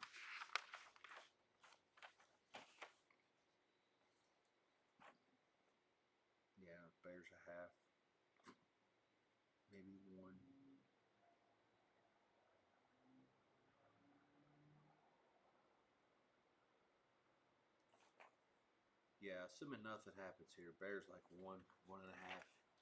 1.25 probably is the right number. So 1 minus 15 or 1.5 to dog 15.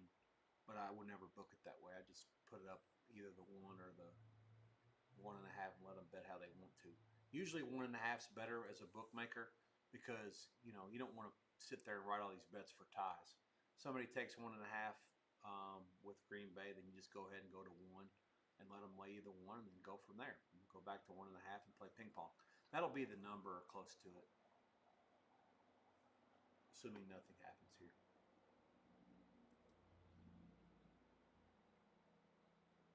Actually, pick 'em might actually be closer to being right now that I think about it. We'll see. Thanks for checking me out here, boys and girls. Thanks to China, my dude. We're not best buddies, but by God, I've said this a little bit earlier, and enjoyed talking to him for a bit, and hanging out during Bet Bash last year. Certainly know who he is and seen him and respect his work. And it's funny, we don't agree with everything all the time, but I always respect the fact that someone has the balls to say what they believe, and they don't give a shit about what anybody else thinks about it. And some of the stuff he talked about with the bad beats earlier this year got me laughing because I don't agree with all of it, but I don't disagree with all of it either. So some shit he's probably fucking right. So yeah, anybody that's watching him that was here because of the fact that he steered you here tonight, I thank you for checking me out, and I thank the fact that he's able to see this and respect the fact that I'm doing this and trying to get some people to check it out. And yeah, look forward to seeing them again next August, if not before that. All right, 32 seconds left. First down, Packers at their own 37. Love dumps it in the backfield, caught, complete into Bears territory at the 45. He's out of bounds. The Packers are out of timeouts, but they are now close enough to kick a field goal. That's probably what they're going to play for. This is just a complete mismatch in terms of talent. That's what makes me sick about this. And that's there tomorrow. The Chargers are so much physically superior to New England. The line can't be fucking right. Like, if I just lose this one, just pay. Vrabel's gotten himself the #1 seed at Tennessee, for fuck's sakes. But did he ever have the best talent in Tennessee? No. And does it matter in the playoffs? Yeah, it does matter. You better have better players on your team. If you don't, you're going to be up against it.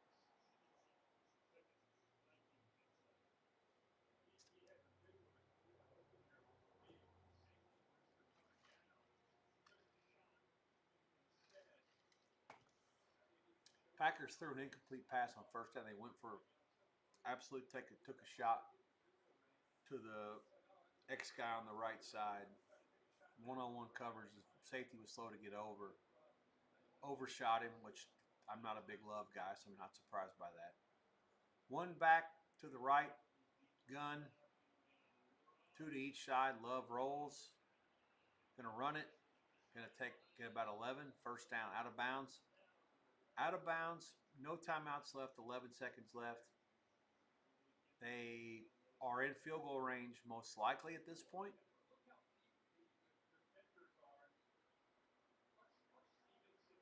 The Bears only had 3 guys that were rushing, and that was even half-assed rush. The Packers responded to that by splitting their linemen to splits that were like unfathomably wide. Like the All-22 will show that. If whoever they play next week, which I assume it'll be Seattle, I think they have to play Seattle if they win. Like I can't see how Seattle will let that happen. Gun, back off left, fires right, out of bounds, incomplete. They're probably going to kick a field goal, 7 seconds left at 21-3. They weren't taking anything seriously there. Maybe he'll take one more shot. I hope the Bears pick it in the end zone and say, fuck them.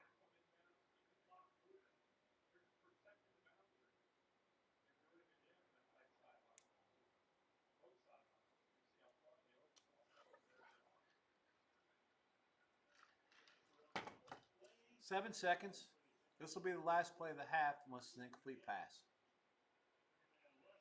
Or out of bounds. Incomplete pass, out of bounds. Both. 2 seconds left. Now comes the field goal. I should have said fake news earlier. I fucked this up. This will be the second to last play of the half, unless the Packers are retarded. All right, here we go. 21-3 halftime price coming for you as soon as this kick comes, one way or the other. I'll take just a bit of a break and come back, and we'll see if we have something to play. 55-yarder for McManus. His long in the postseason is 52 with the Broncos.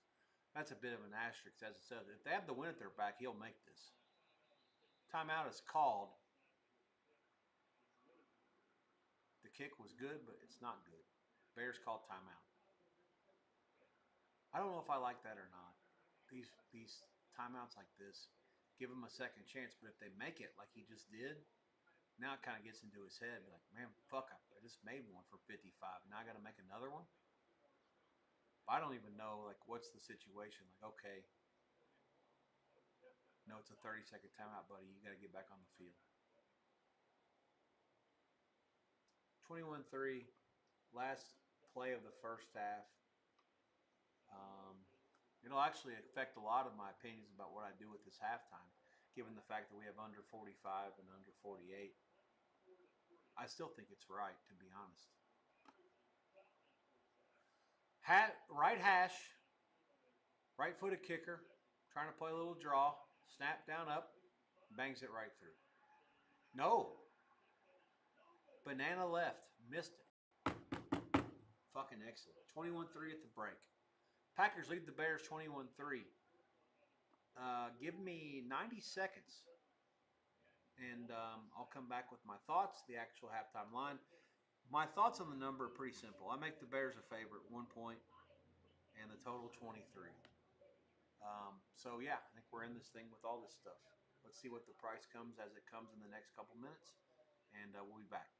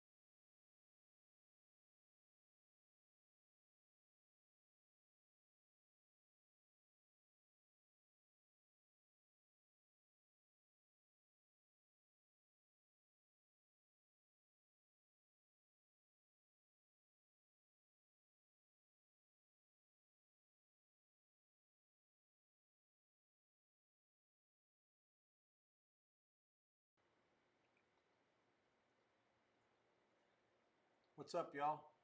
Rex Byers here. 9:40 p.m. Eastern, 6:40 Pacific time here in the Sweatbox with you. I appreciate you checking me out. YouTube TV, Twitch TV. Green Bay leads the Bears 21-3 at the break. For those of you who are in the chats, you can see these things. I do have a flat live. Very long drive early. And also under 48, small. So 2 units and 1 unit on both those. That shit didn't go too good last night. Bunch of small, but just banged away 4 or 5 times at live under in an Indiana game after having a monster position on Indiana -3 beforehand. Almost daunted all the way back off. Kind of frustrating, to be honest, given how well I handicapped the game pregame and couldn't believe the line went down to 3 flat or less. Yeah, here, I don't know. I mean, the Packers get it first, start second half. The Bears are down 18. I fully expect the coaching staff to give them a position to be back in it, but I don't know if they're going to be good enough to be able to compete. I just don't know. Like, it's one of those things where, you know, they hired the coach from Detroit, and Detroit comes in last place in their division. The Bears go from last to first, and the talent-wise, like if you sit there and say, look, if Detroit played the Bears on a neutral right now, in no world would the Bears be the favorite. So everybody knows that the Bears overachieved to get to this point, and the Lions, quite frankly, underachieved.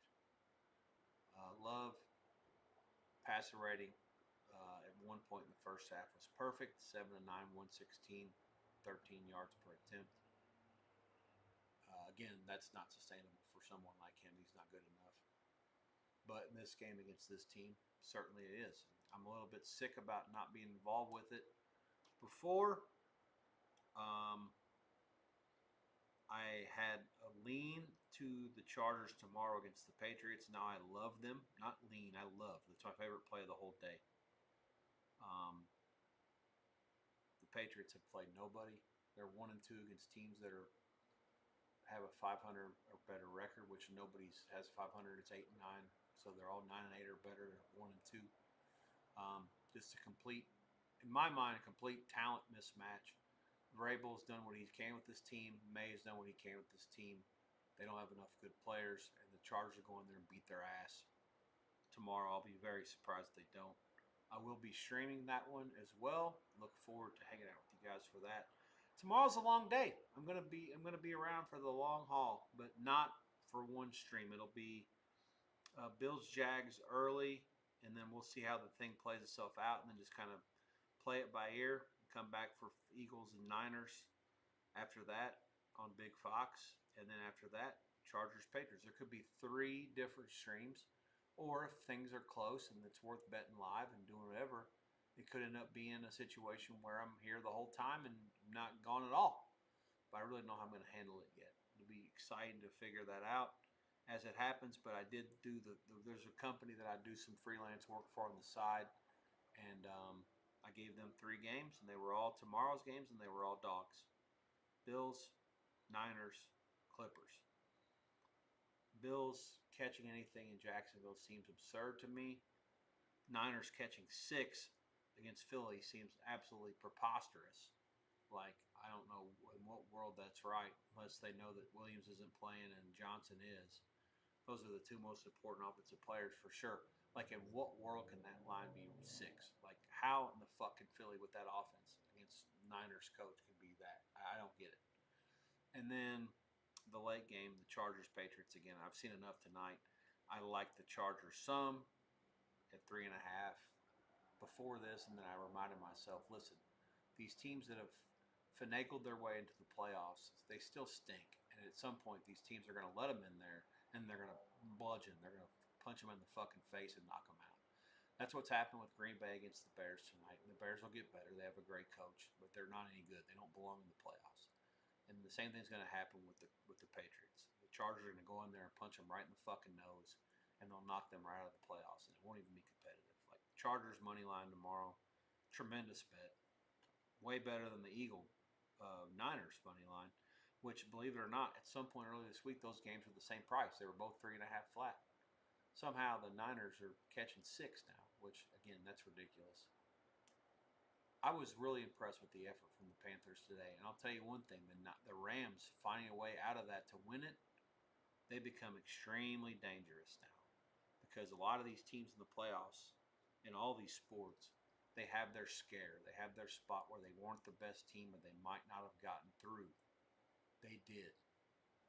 The Panthers gave them their best fucking shot, and the Rams were still good enough to find a way to get through. They are going to be extremely dangerous, and I'll be honest, I don't want to have no part of being against them. Let's see what the matchup is next week, but I would think the Rams are probably going to be pretty live. I just hope that the line lets me do what I want to do with them and not make them some sort of a stupid favorite depending on who they play. The Packers win tonight. They're the ones that go to Seattle, and I guess the Rams will play. What does this work?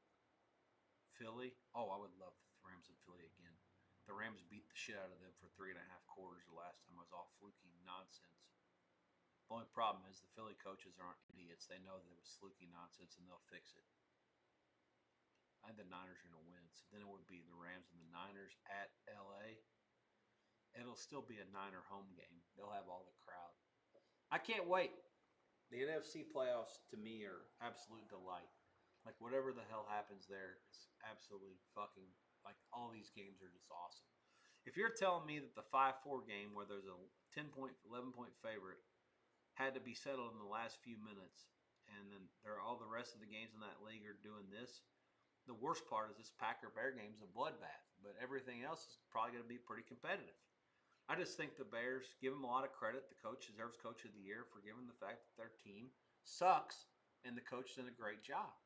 And I unfortunately think the same thing about the Patriots. I think the Patriots' coach has done a great job, and their team sucks. Anybody like that has rational thinking and not with blinkers. I should talk to my friends from Boston, Sammy P. and Danny Lifshatz and Chris Thurston. Those guys that live up there, and they call it how they see it for the most part.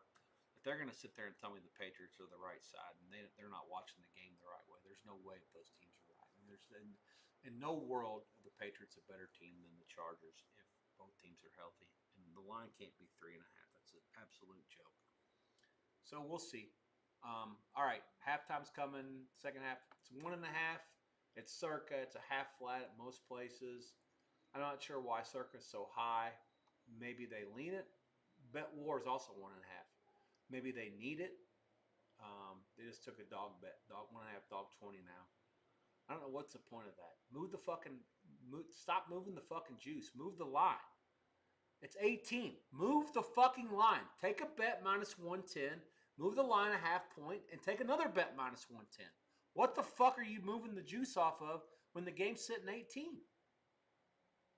I'll never get hired at Circa after this. I don't give a fuck. I mean, the whole point is like that's so bad. Like, don't fucking book your halftime off of a fucking number that's not even that live. 18's not live at all.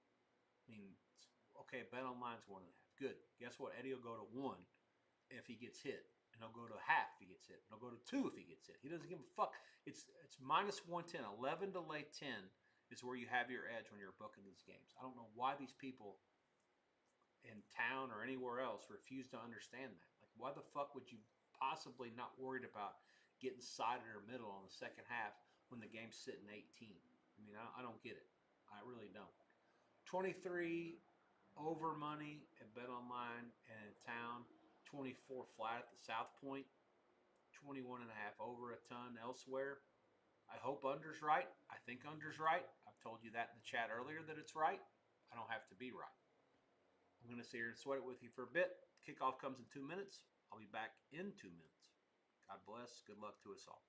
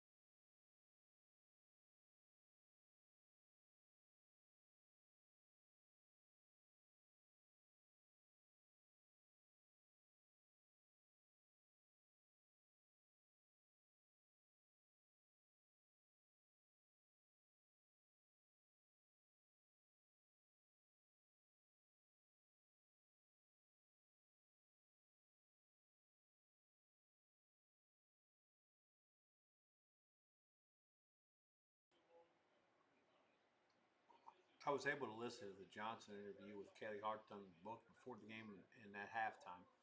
He gave her a good solid minute before the game started. And then his halftime interview, he seemed certainly annoyed with her, but he at least answered all her questions. And they were fair questions. Kelly does a hell of a job. A lot of these girls that do that stuff kind of half-ass it, and they're kind of scared of the coaches. I don't think that she is, and I think that he looked her in the eye and respected her talk with her. So it was pretty cool and interesting. Bears start at their own. I think it's the Packers start at their own 22. They almost got a flag. That was close. Second 10, 14:52 to go in the third. 21-3, Green Bay. How about to run the fucking ball? The 20, sorry. Run the fucking ball. Run the clock somehow. Okay, lose 2 on the ground. That'll probably put a stop to that. Jackson, 48 for the Bears, is in the backfield before he almost got the ball.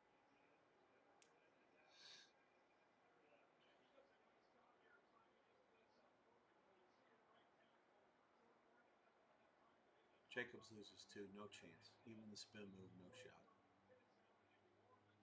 All right, so this will be what This will be what gets the Bears fans into the game.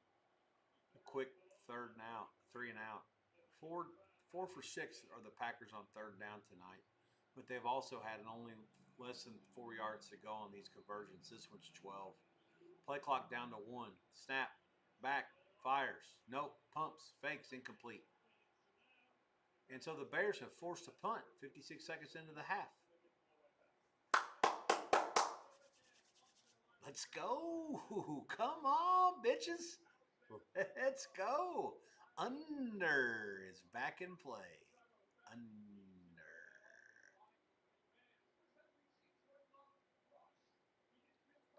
Yeah, that was the first. The Bears did a good job. So he made some adjustments at halftime. Hershey's correct. That's the first time he was actually under some sort of duress before he threw it. Of course, it helps when it's 3rd and 12. You can bring it. Bears brought the rush on the punt there. They didn't get there. This should be a fair catch. No, he tried to catch it and make a play, and he has. 35. Nope, give him 2 yards. 36-37 by Duvernay, and that's where the Bears will start. 13:53 to go in the third. 21-3 Packers. Bears at their own 37.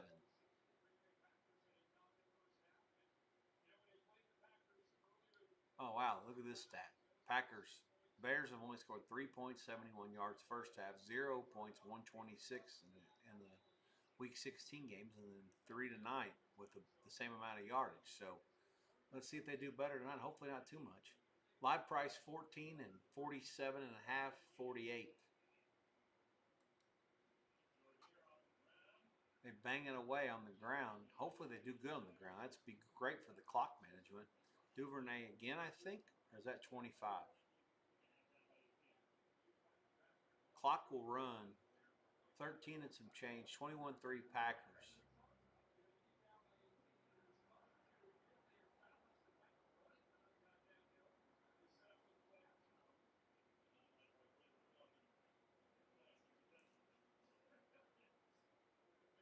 Bears are in a shotgun. The back is offset to the left, 2 to the right, 1 to the left. Too much time. Complete. Fumble. They may call it incomplete. Loveland caught it, but then he didn't. 14 for the Bears came up and got it, but they're going to say it's not complete. I think it was a catch and a fumble. Catch. 1, 2. Oh, you know what? I don't think it was. They could challenge it, but now you talk about a timeout. 79 for the Bears is running downfield.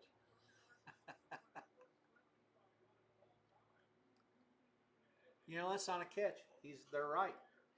He didn't have control of it. 3rd and 8 Bears, 13:10 to go. Clock stopped at their own 40. Packers have 6 guys on the line. They do bring a blitz. It's delayed. Oh, 84 wide open. First down Bears. Great read. I'm super anti that quarterback for both these teams, but that's a really nice play.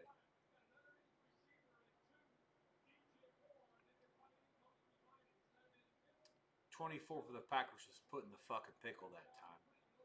If he goes to the corner to the guys at the first down sticks, I mean that's great, which is kind of what he half-ass did. Instead, he lets the other guy run a flag route and get a first down. 84.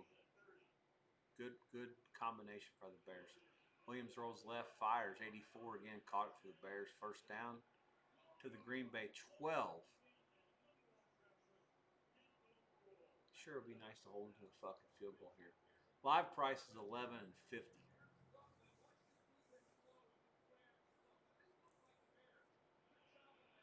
The Chicago coaching staff is so good. They don't have players that are good, better than Green Bay's on either side of the ball, which is just really fucking great execution. All right, 21-3. Cubs had the ball 3 minutes into the half. Can't ask for anything more. Gotten a stop and gotten the ball in here in the red zone. First down to 12. I formation. The give us to the tailback.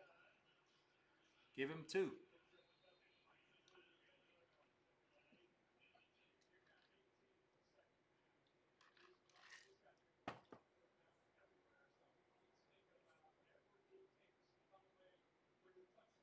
$11:15 to go. Clock moving. 2nd and 9. 21-3 Green Bay. Bears stayed big. Tight end 84 is in there. The other guy's in as well. They have a back offset. They have now 2 back. It's more gets into the backfield. They runs a draw, and the Packers are having none of that shit.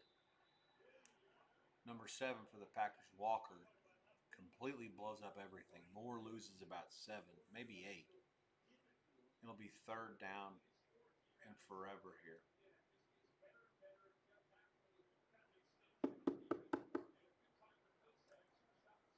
Yeah, great run blitz. I love the X's and O's of the NFL. I do. I love it.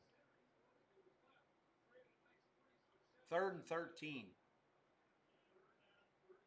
at the 16. Williams back, rolls, fires. I don't know if it was caught or not. If it was caught, it would be at the 11. It's incomplete to Loveland. And now Williams is limping.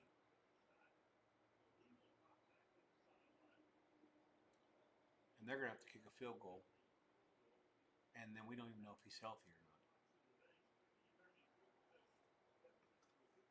Let me chat my buddy at the game and see what's going on with this stuff.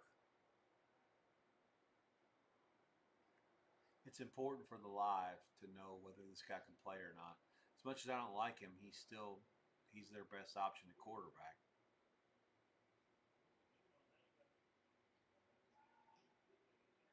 Field goal's good. 21-6. 10:07 to go in the 3rd. Let me keep you posted on this. I'm gonna get back to you on the live price and what's happening with Williams. Give me a minute to look into it, and I'll be back with you maybe 60 seconds or so.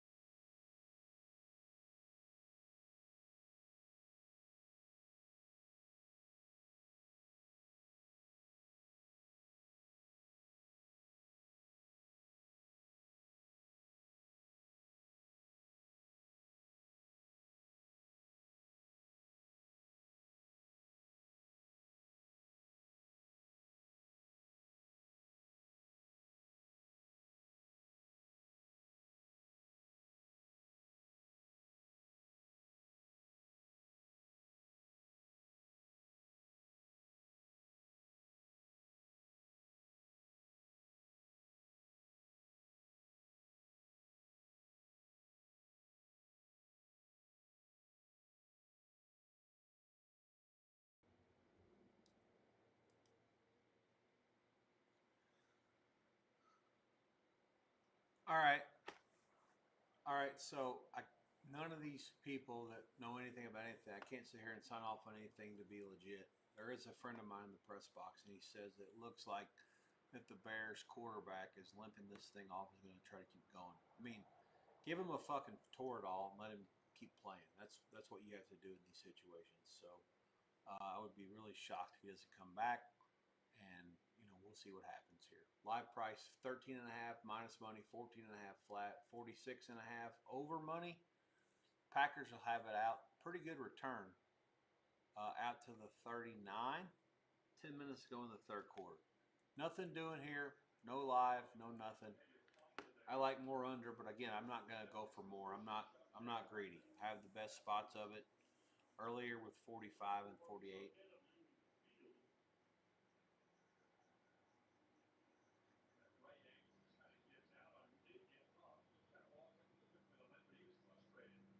Give him a shot and tell him to shut his dick sucker, for Christ's sakes. He's fine. Fuck you.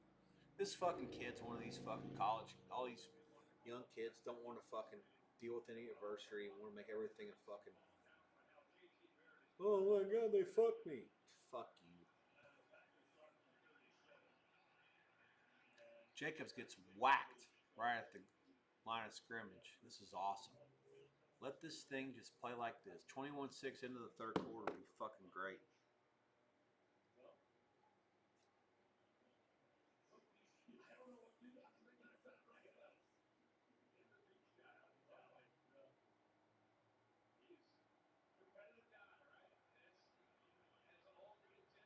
Clock moving inside of 10 minutes. Second 9 for the Packers at their own 37. Out pass complete to Watson again. Give him 7. Third and 2. Thank God the out of bounds clock in the NFL is not the same as college. The clock will move. Although college they fixed it this year. They start moving this shit a little earlier.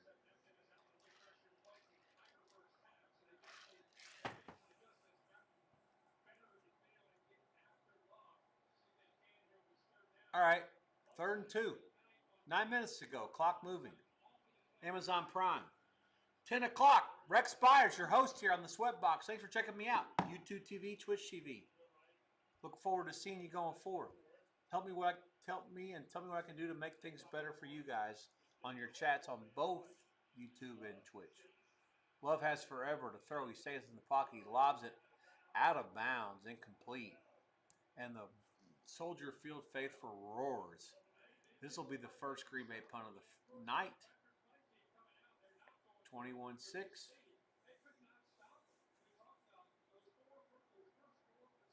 Finally, for the fucking live under, I have a chance to get somebody to fucking punt the ball one time.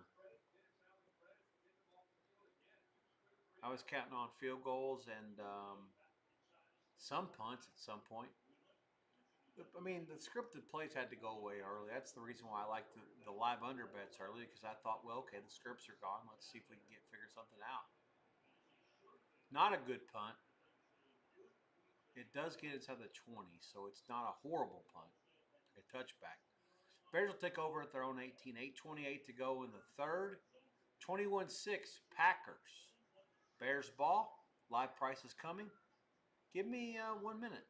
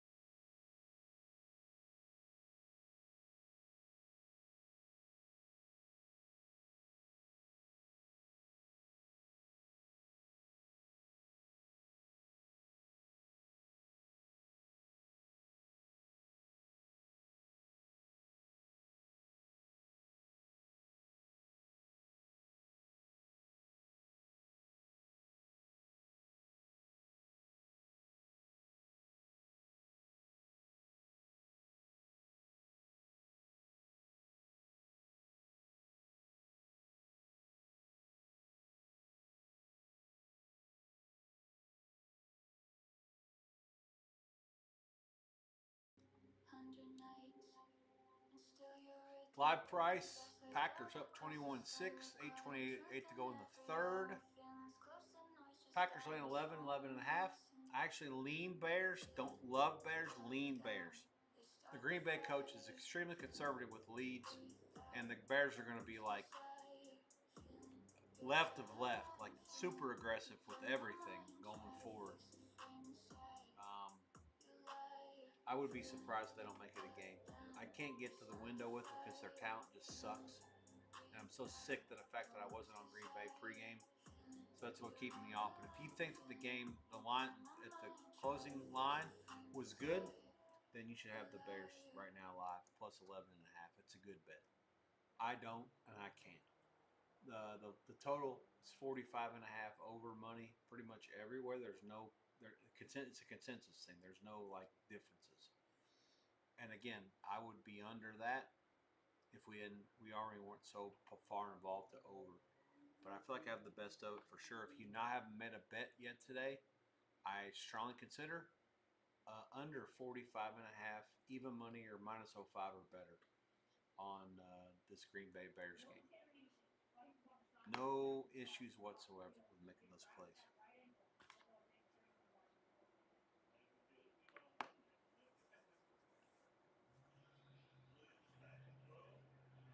Oh my goodness. 25-yard gain to Burge. Williams hits him on a quick slant over the middle, and the Packers just nowhere to be found.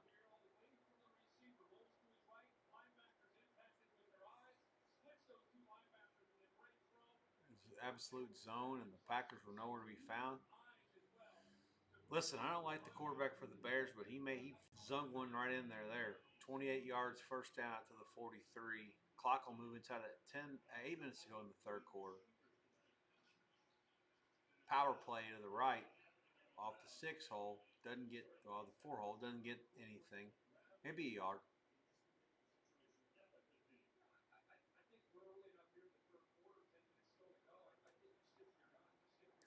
I had to double check to make sure I didn't mute myself. Earlier last night, I think I muted myself for like 9 minutes. A couple further, like, dude, what the fuck are you doing? You're muting. Oops.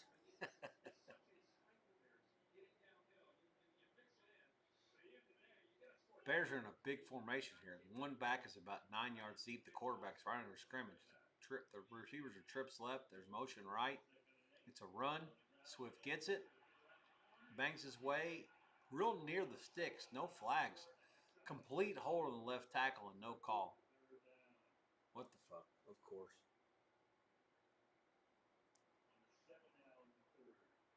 Clock will move inside of 6:50, 6:30 before the snap, most likely. They're not in any hurry. It's 3rd and 1. They didn't give them the first down. They didn't call the hold either. Bears are only 1 for 7 on 3rd down since their 4 for 4 start. That's probably what got me excited to begin with on under. They're in the jumbo formation. They got it. Jesus Christ. They just fucking, we're going to do this and you ain't going to fucking stop us. Oh, and a flag for 15 more on the Packers. Guy jumped in at the very end. Fucking retard.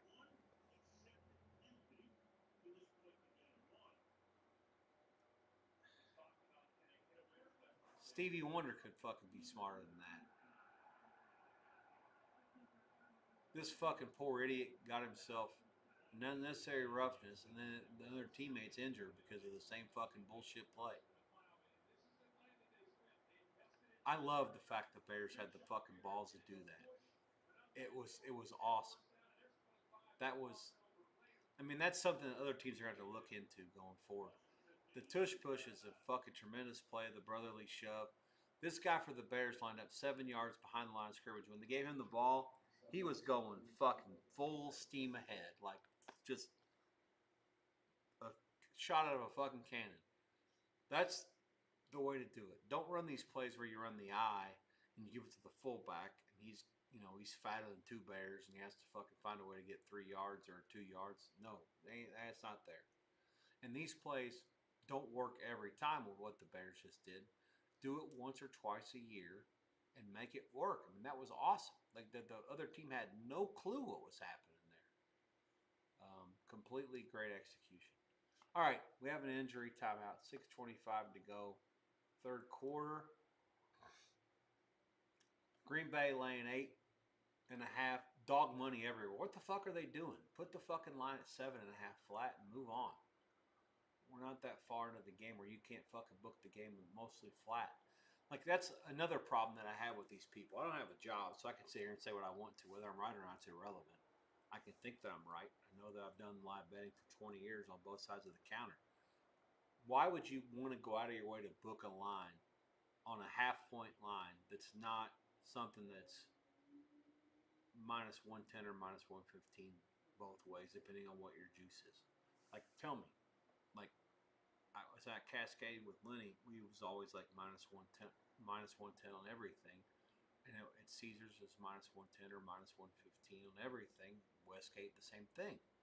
It's just make the line be to where you're booking a price where you know you have the best of the number.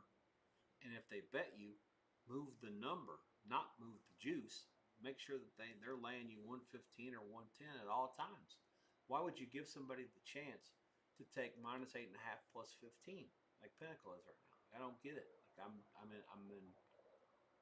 don't get that. Like, for me, maybe it's like one of these, and they just fuck me, and I would say, okay, Green Bay minus 8.5 plus 15 is a good bet. In my mind, it is a good bet. And then Buckeyes got 8 minus 15. Like, so that's not a good bet. The game's sitting 15. You think that they're not going to go for 2 and the game's going to fall? There ain't no fucking chance this game falls 8, or a very small chance it falls 8. So, like, play the 8.5, take the plus money.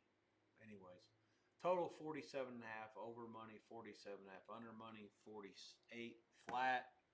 I like under. I have liked under the entire game. Nothing's changed my mind. We have under bets. I've had them in the chats. You guys see them all. Let's go from there. 1st and 10. 6 minutes to go. Third quarter, clock moving. Bears have the ball at the Packer 30. Play fake. Williams dumps it. After a long time, he completes it to, was that Swift? Gain of about 14 out of the backfield. Great poise. I don't like this guy. I love the running back. I don't like this guy, but I love his ability to hang in there and wait. Packers didn't blitz, and the Bears, they got this guy blocking at the start of the play, and they got himself out of the backfield and ran out to the right. Just a tremendous execution. Key here is to hold them to a fucking field goal again. They might not kick one. They're down 15. They're probably going to go for a touchdown if it gets down to the point where they have to score. Unless it's 4th and forever. Quarterback keeps it this time. He gets a yard on a draw that's a fake to the left. He ends up running to the right, rolling out. Give him a yard. Clock runs 5 minutes before the next snap. It'll go 21-6 Packers.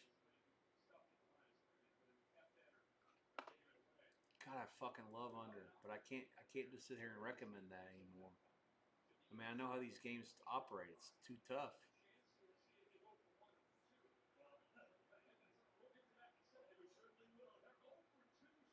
Second 9, at the 9, or at the 14, sorry. Gun, back offset to the right, fires, complete. Give him 5, 3rd and 4. That's lovely.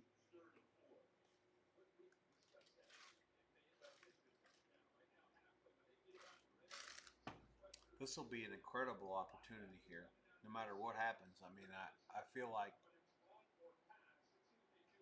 the Packers have to be aggressive. They can't just let them sit back there and do that again. Send the house, and if you fucking get beat, you get beat. On 3rd and 4, you have to send everybody.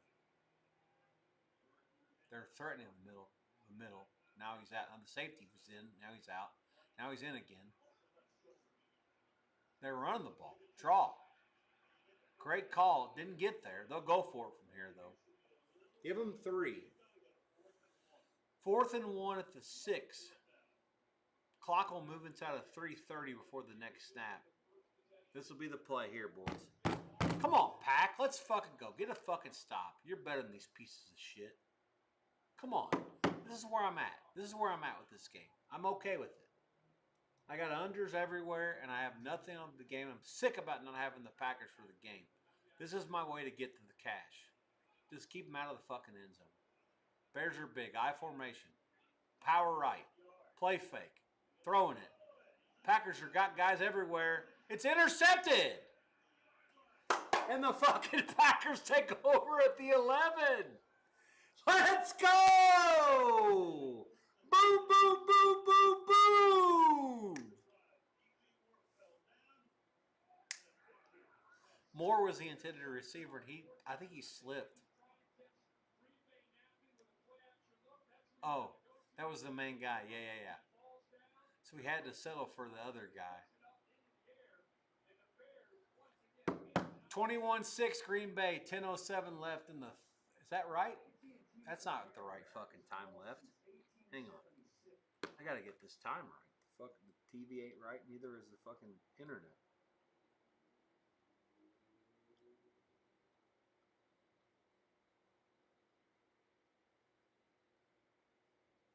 Yeah, we're in this thing. That's what we needed for that under. We needed to have a long drive with no points. Jesus Christ, of the stupid Premier League. All right, 3:11 to go in the third. Okay, so Don Best has it right, and the other line service does too. Hopper's gap intercepted. Okay. So 1st and 10 at the 9 for the Packers. 3:11 left in regulation. I'm not interested in doing anything yet. Just hang tight with our under positions. 41 is still too much. I'm not greedy as a motherfucker, but a little bit. Like, let's see if we can get through the third quarter with no score. If we can get this thing down inside the 30s, like, that's when we go under and try to scoop the whole thing. But not for like all of it. Like, I have 45 and 48. Let's see if we can go like over 39. But again, only if it's right. Like, I'm not going to force anything. Like, I believe that what we're trying to accomplish here is every single side, every single play on anything on the side has to be independent of the other.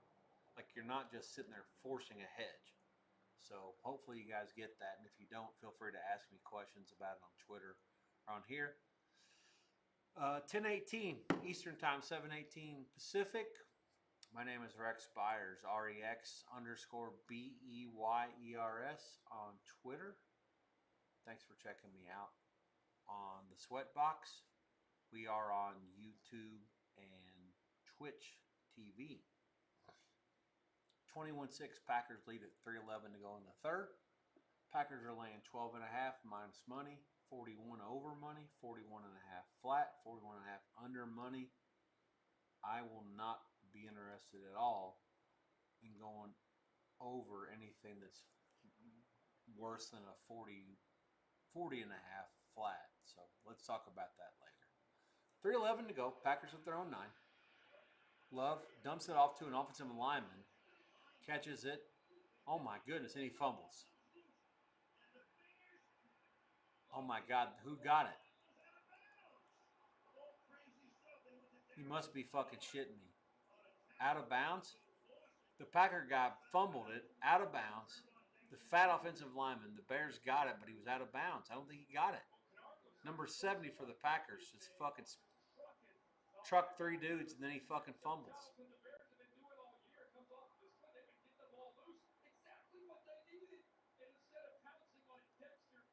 Oh, it goes out of bounds, and the Packers keep it. It's gonna be like a 25-yard gain with no fumble, with the fumbles a watch. Oh man, this is just one of those games. Packers at their own 15. The fumble comes back. I don't know how that works. Jacobs gets it, bangs his way off the right tackle for about 7. First down, Packers. Clock will move. 2 minutes to go. Jesus Christ, what a fucking fiasco. Somebody like me who needs nothing to happen from here on out was just like terrorized by that.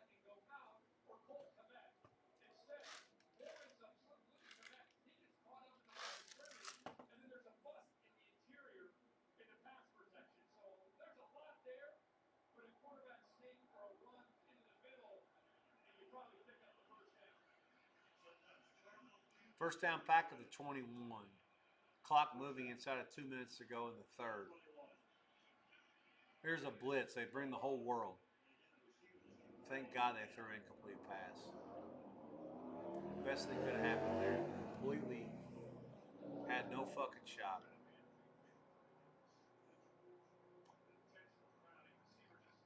Oh. Intentional grounding's ass. He fucking fell down.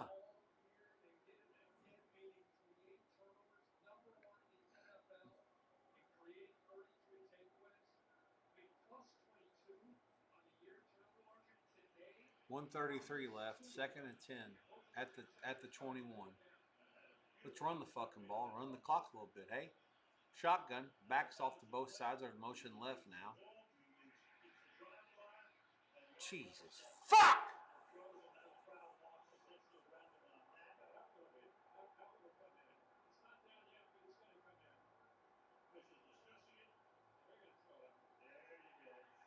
Intentional grounding. Good job, you fucking piece of shit, Lev.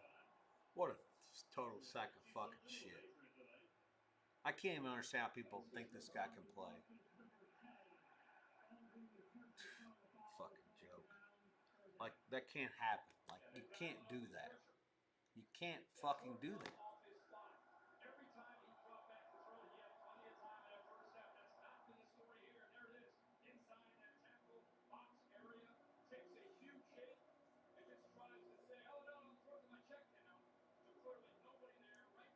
I'm not even mad at the call. They're right. It's a fucking super play.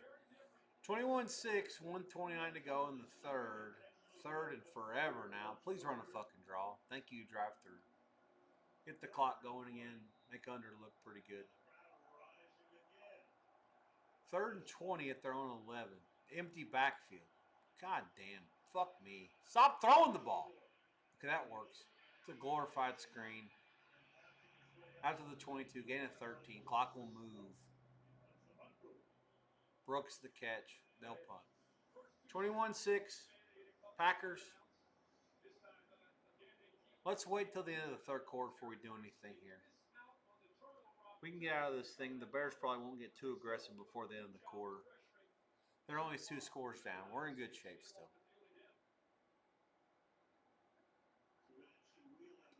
54 seconds left. Clock moving. They'll probably milk it all the way down, which they should. They didn't. 7 seconds left. They punt. Not a bad punt. Caught at the 28 for the Bears. Duvernay. He returns it. There's a block. He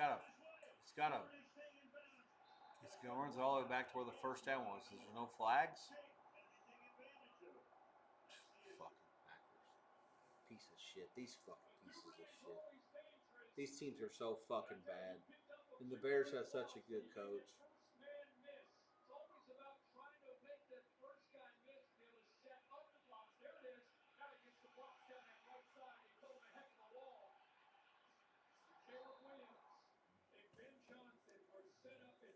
All right, here we go.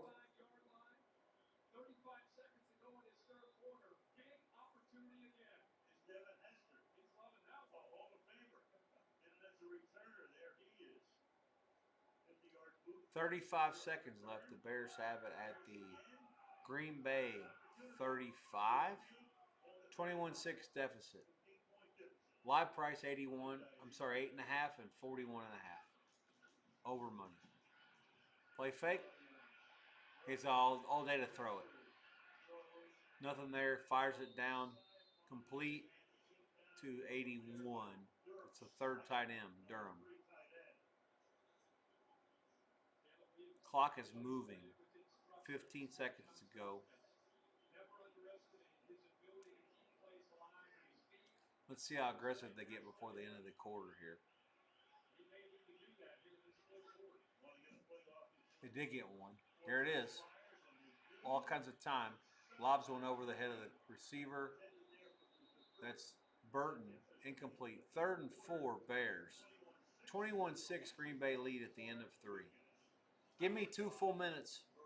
I'll be back, and I'll give you my thought process on the live in the 4th quarter.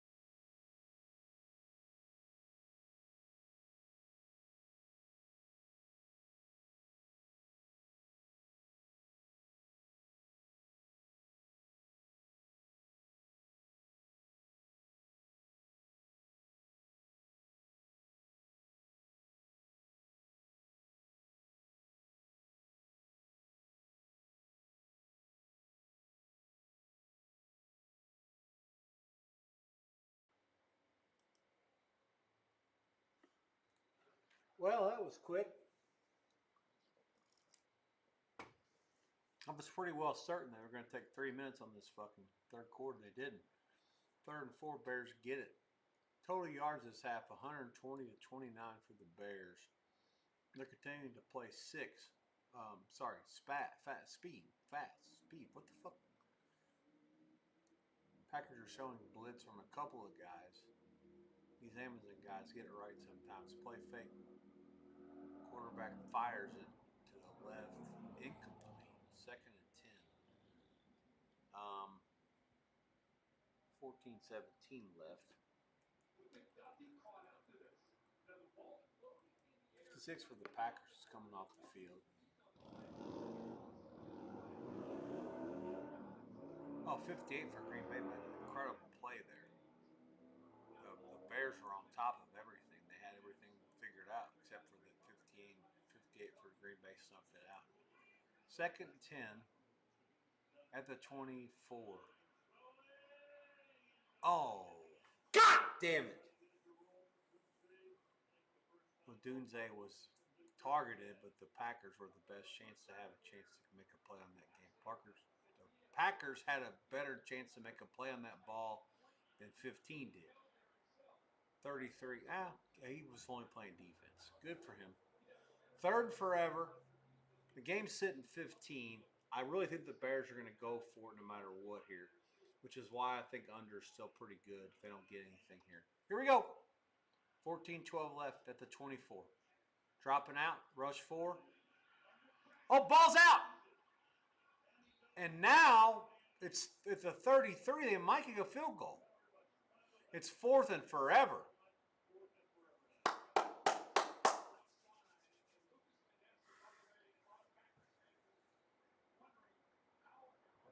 Oh, that's fucking tremendous. Fuck yeah, let's fucking go. Get him out of there. Kick a field goal.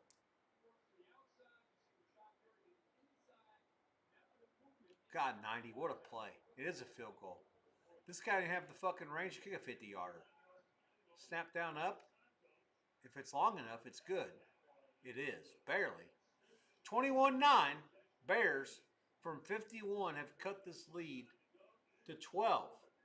But I have a lot of fucking good feelings about this total, a lot more than I did beforehand. I think we're in good shape. We have a spot. We have a chance. That's all I can ask for. My price coming shortly, and I will be with you for all of it. I am done with my trips to do anything besides sit here and sweat this thing out.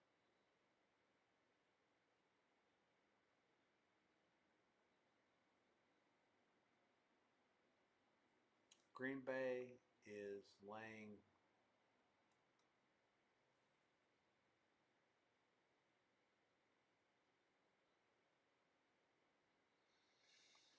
they're up 21-9, 13-29 left.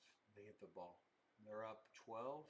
They're up 12. They're laying 11.5 flat, 11 flat at Chris, 11.5 dog money at the Westgate, 40.5 under, 40 over, 40.5 under a bunch. I'm out. I'm not going to sit here and hedge that. I still think under's correct. I'm not going to get involved. Sitting 30 with 13.29 left. The way that the game's played out, I'm pretty happy with our under 45 and under 48 money. Let's just sit it out, see what happens. If you guys got involved with it, great. I would not recommend getting involved with it now either way. But let's see what happens. How about this for an NBA halftime score? Charlotte 77, Utah 38 in Salt Lake. I mean, who the fuck can handicap that? They're going to make the Jazz about a 5-point favorite and 123 in the second half. Good luck. I mean, how can anybody bet that? I don't know. Yeah, I'm sure you want to play the zigzag theory and the one team's getting beat by 40 at halftime at home at altitude, then why would you not lay 5 against a semi-bad team, right?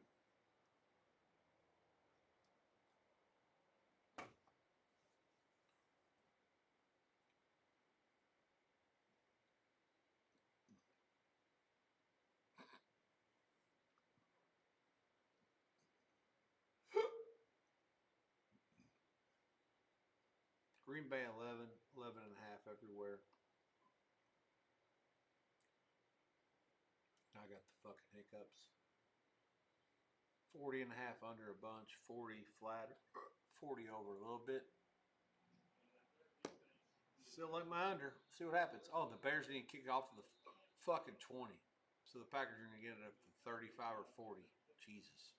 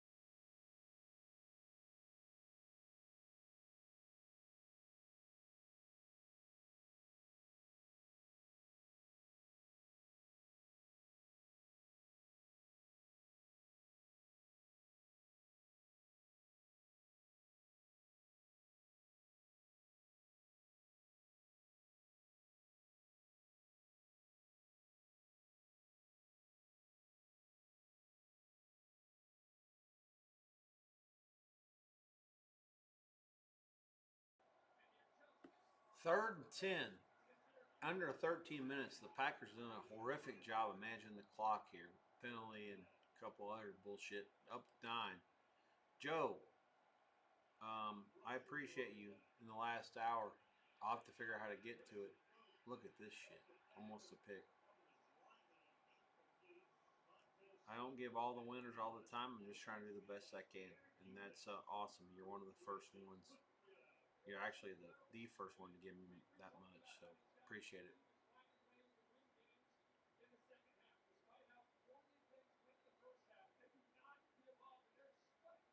The Bears coach is so good. Their team is so bad. Their coach is so good. I mean, I would, in a regular world, I would have said like, how can anybody in their right mind make this game this price? Like, how can the Bears be laying 1.5? In the real world, it should have been Green Bay the favorite. But guess what?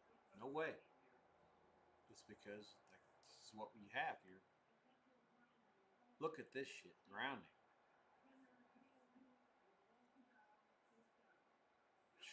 Fourth down punting. They can't even like run a draw or anything.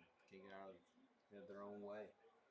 I hopefully, hey, listen. I mean, that's part of the reason why I liked under live to begin with. I think that the Packers set a number that they wanted to get to. It's probably 20, 17, and just say, okay, listen, you can't fucking catch us at 20 or 17, and let's see what happens. I don't think they can. I'm confident with this. Now, of course, they have 9. They can get to 17 if they go for 2. I don't think they will go for 2 the next time if they score. But 21-16, we'll see what happens. They still can't win the game. You know, without doing better than that. The punt is caught at the 13. They miss a tackle at 30, 35. Great return. Bears are in good shape. There's no flags. 12:38 to go. 21-9 Packers lead. Bears at their own 37.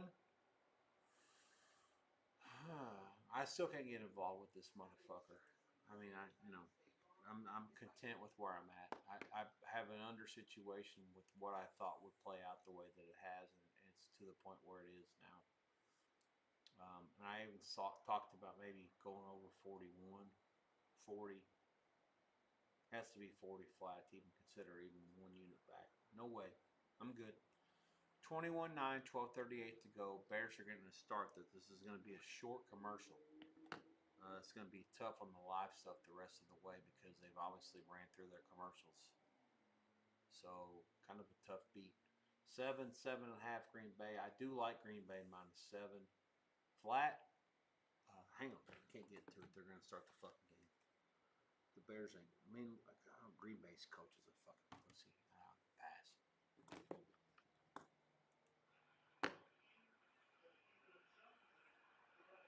Look at this motherfucker runs for like 13 on first down.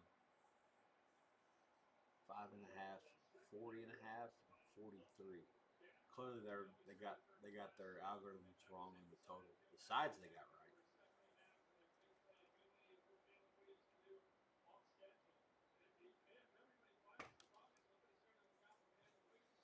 That's one thing that's kind of crazy. I feel like I know I have the best of it when it comes to the antennas with the Fox, NBC, ABC, CBS. The fact that Amazon Prime I'm ahead of everybody, that's kind of weird. It's awesome, but it's weird.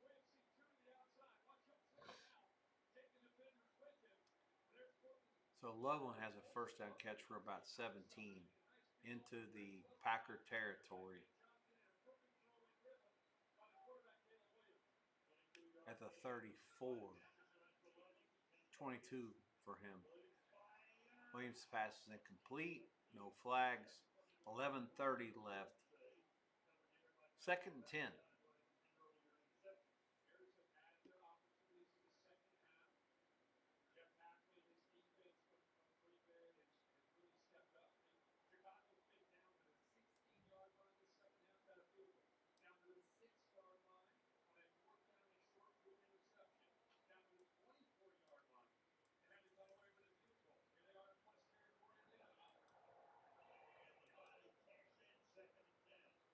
Here we go to 34. Packers have showing a brush. They have 5 up front and they're bringing some guys. Fired, caught, might be out of bounds. Loveland's catch is inside goal to go. They say it is. I don't think it was a catch.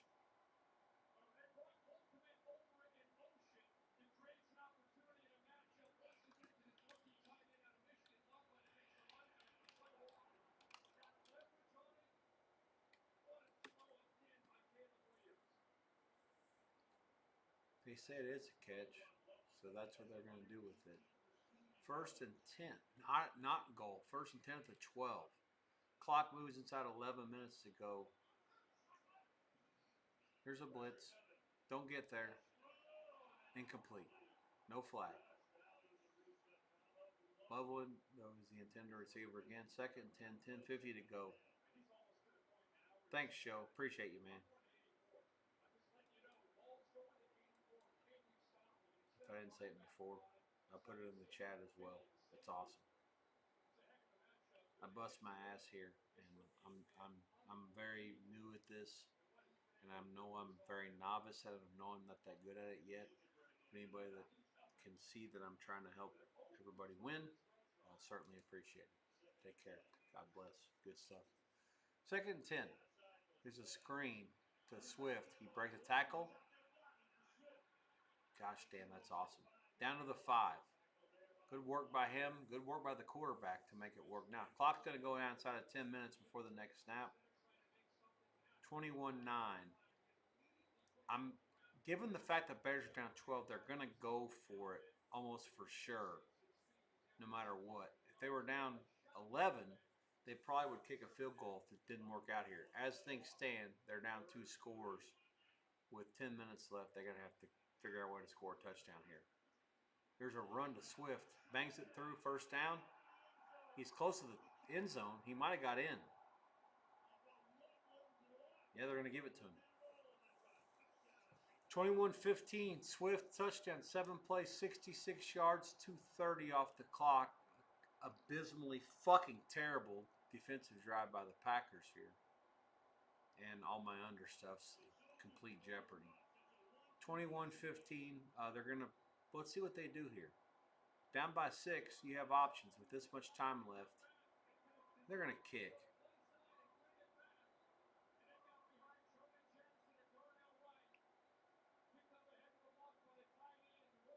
Yeah, they are. 10:08 left. This will put it on 5 if they make it. Right hash, snap up, down. Good. 21-16 Packers, 10:08 left. Soldier Field roaring its approval of this. I don't like either one of these fucking teams. That's why I like the under. Now, one of them got way ahead and the other one's getting back in the game and they're going to fuck me out on money. It's kind of a tough one. Oh well. 30 seconds. We'll come up with the live price and I'll get back to you shortly.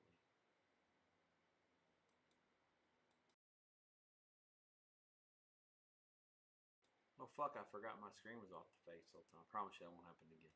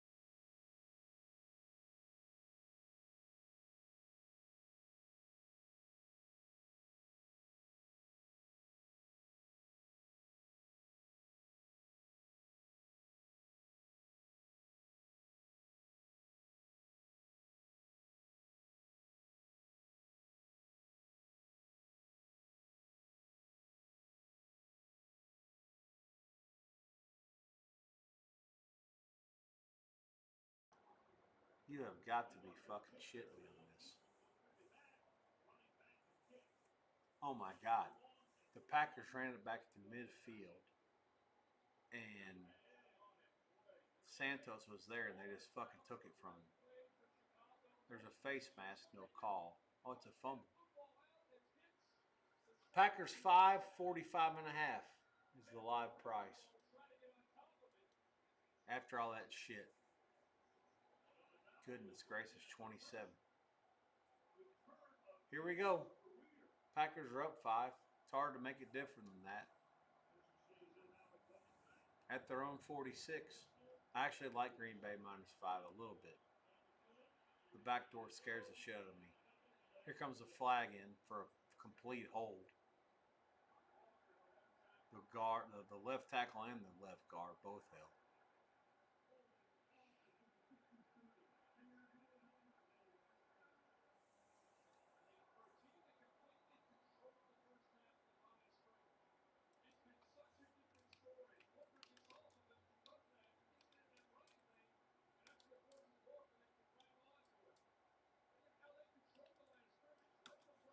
M. Lewis 8111 on YouTube. Thanks a lot for that comment, man. Entertaining watch. Keep streaming. Easier said than done. It's not source of income yet. I want it to be some. I was able to get a little bit of cash from a guy on YouTube for enough to be able to buy a couple beers later, which is great. Anybody that wants to contribute, a little bit here and there, awesome. Try to do the best I can to help you guys win some bets. That's all I ask in return. If it works out, great. If it doesn't, tell me to go fuck myself and you won't hurt my feelings. All right, here we go.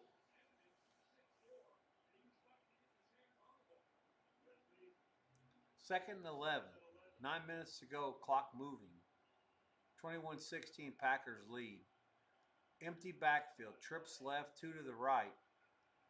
Love snaps it, fires, complete. That's Dubs. First down to the 32 or the 33. Run the fucking ball and slow it down. Love that. He's a motherfucker, that guy. That guy is an absolute beast. Nevada Reno's had 2 guys in the last 15 years that I said, well, those guys will be animals in the NFL. First one was Colin Kaepernick, and the other one was Romeo Dubs. They're going to go big again. Trips right. Motion left. Power play. Bears are having none of that shit. Give them a loss of 1 or 2. Clock will go under 8 minutes after Jacobs loses a yard there. 21-16 Pack. Live price is around 5 minus money, 46.5 flat. I actually like the Packers a little bit, knowing that they're almost an automatic field goal range. And if the Bears get down by 8, they're not kicking a field goal. They're going to go for everything. So let's be cognizant of that with these live prices. Hang tight. I'm going to go ahead and put this chat into my buddy.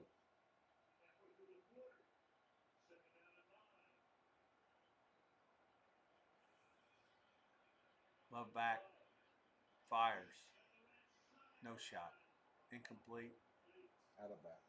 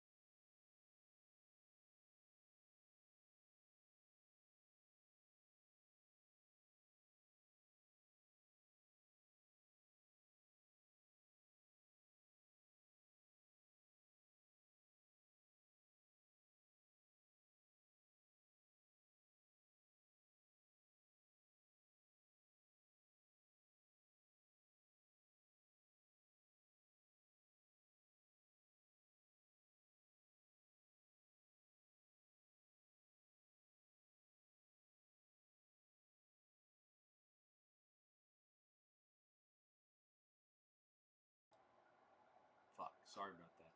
No, I like Green Bay -5 a lot. It's the live prices available everywhere right now. Let's see what happens in this 3rd and 9 play.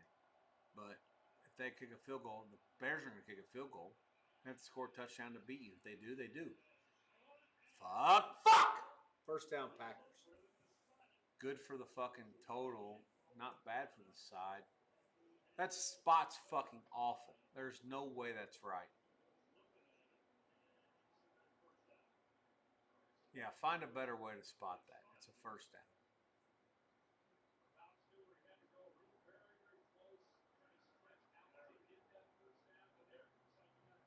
In what fucking world are they spotting this ball at the fucking 2 yards behind where he got it? 6:45 left. Swing. caught by Golden. He's going to score. 27-16 Green Bay. That's his first touchdown of the year.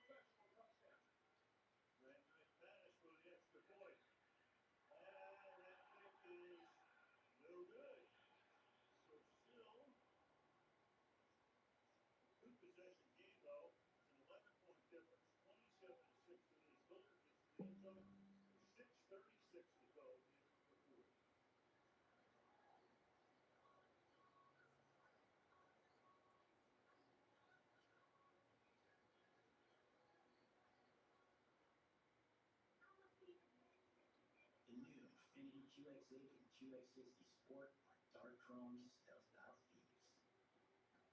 With beauty that steals your attention and All right. competition's thunder. So let's hit the mute on this fucking commercial bullshit. 27-16 Packers up 6:36 to go in the fourth. I'm not involved at this point, and I can't be involved for more. I actually think the over is the right play. 43. Can I get a 49? They're going to go for 2. Pinnacle's got me in the fucking pickle. 49 over a fucking ton. 49.5 flat. 49.5 over 18. Can't do anything with it. 8 dog money, 7.5 minus money. Again, no opinion. The Bears will kick a field goal if they need to, but it depends on how fast they go here. The coach is very smart. It's a 2-score game. If they get it down to where they can score a touchdown inside of like 3.5 minutes to go with other timeouts, they'll keep going to score. If not, they'll stop kicking a field goal. Say it's 4th and 11 at the 36. They'll stop kicking a field goal, and that'll be it. It'll fall 8. Or it could fall 8. Interesting, the Westgate 7.5 like 30. Fuck, I don't know. I can't get there. 49.5 flat, give or take. It's sitting 43. Just going to tap out. We have all these spots at 45 and 48 pregame. It's sitting 43. Let's hope for the best. I got nothing. I just can't get there. I'm not going to go out of my way to look for an excuse to bet under 49.5 and hope that they get there from 45. Sorry, can't go under. It's a total Polish mental. I'm out. I'm just going to sit here and sweat this thing out and see what happens. Maybe this will be the final score. That'll be it, because I can't get involved. No way. Even if it was the other way around, I couldn't get involved with it. One of my buddies, I asked, how would you do it? He said, leave it be. Simple. So we'll see. Doesn't have to win. And we're up against it here. These numbers at 45 and 48. But it's fun to watch. We'll see what happens. Bears start at their own 24. 6:30 left. Big drive here. If the Packers can get a stop somehow, I don't think they'll score again. I don't think they want to try to score again. We'll see.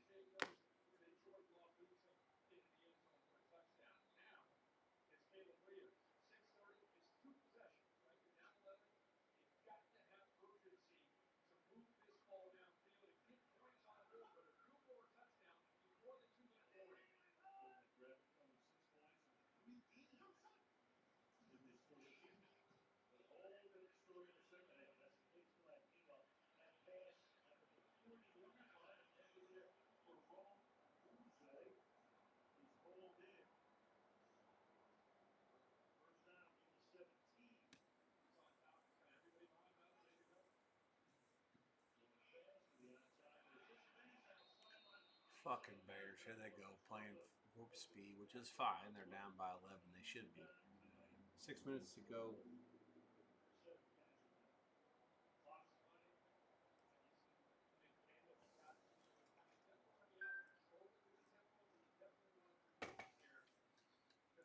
Inside of 6 minutes, clock is moving. 2nd and 3 for the Bears. Come on, Pack. Don't be a fucking bunch of pussies. They're only rushing 3 or 4. God damn it. 3rd and 3, incomplete pass to 25.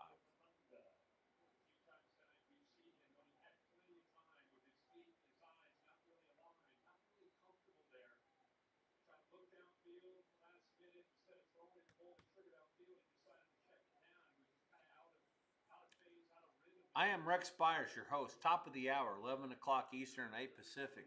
We're on the Sweatbox, YouTube TV, Twitch TV, REX_BEYERS on both Twitch and YouTube. Bears pass is incomplete over the middle. It's 4th and 3 now at the 5:37 mark. Come on, Pack. Let's get one fucking stop and then milk this motherfucker out. Need under. Need no more points. Everything's good the way it is. Just fucking stop the game. Hopefully you all are well. Everybody's having a happy new year. I look forward to seeing you tomorrow. I'll be around here on the Sweatbox. Oh, mama. We're going to have a 4th and 8 now. 52's fucking the dog.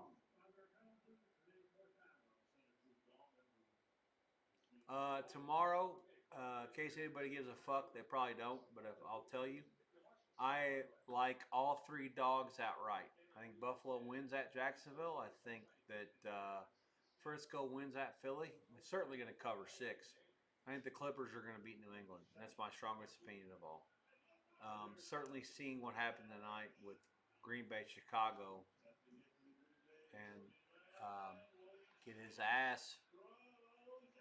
You got to be fucking kidding me. Odunze catches it. First down, Bears. 5:28 to go, Bears first down.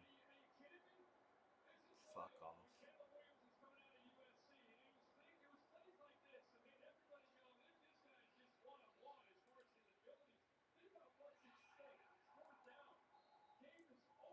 Anyways, all right, let's get back to it. All 3 dogs tomorrow, all 3 visitors. Buffalo, Frisco, Chargers. I think they're all going to win. Incomplete, 5:03 left. 2nd and 10 here.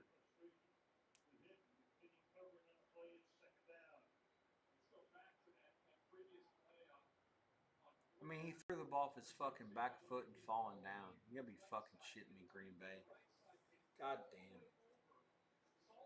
And the worst part about it is they're gonna kick a fucking field goal if they don't score here, which will ruin the first under bet, which is so much the right side.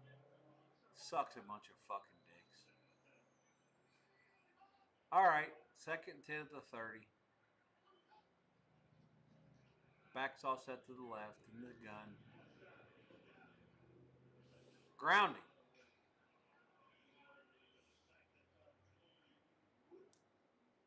Incomplete, 3rd and 10. No grounding. I can beg, I can ask, I can't get it. Begging doesn't work.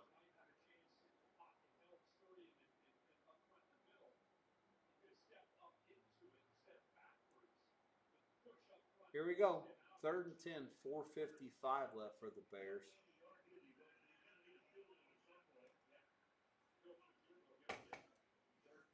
At the 30. All kinds of time. Fires complete. Fuck me. First down. Monongai. First down, Bears. 1st and goal.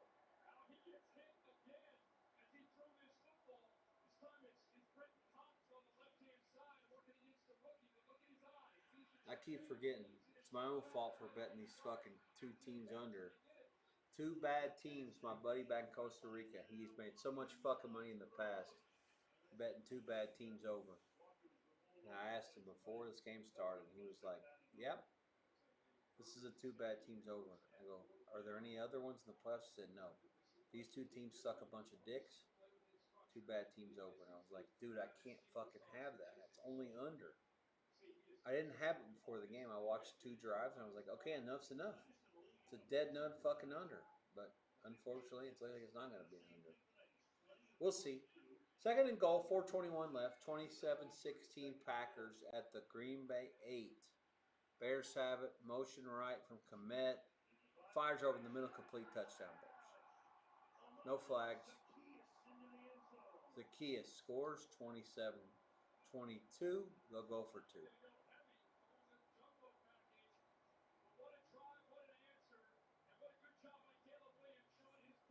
What a piece of shit by the fucking Packers is what it is. I can't listen to these fucking announcers. No, he's done a good job by Of course, they're up by fucking 11. Of course they're going to let them do what they want to as long as it takes them some time. It's the most fucking horrific nightmare when you have a lead like by 11-13 or 11-15 and the other team gets the ball and you're just like, fuck, you know that your defense isn't going to fucking do anything. All right, they're going for 2.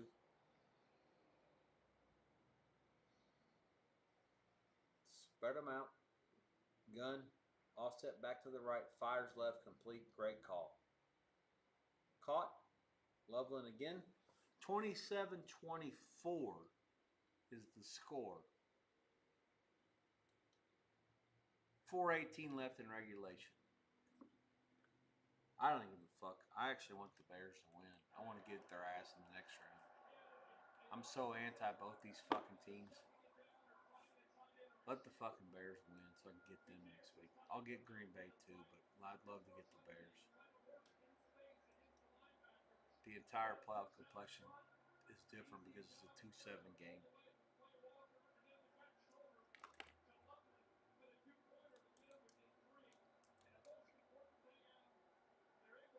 Live prices are almost non-existent right now. I don't see anything up at Pinnacle or Chris or in town.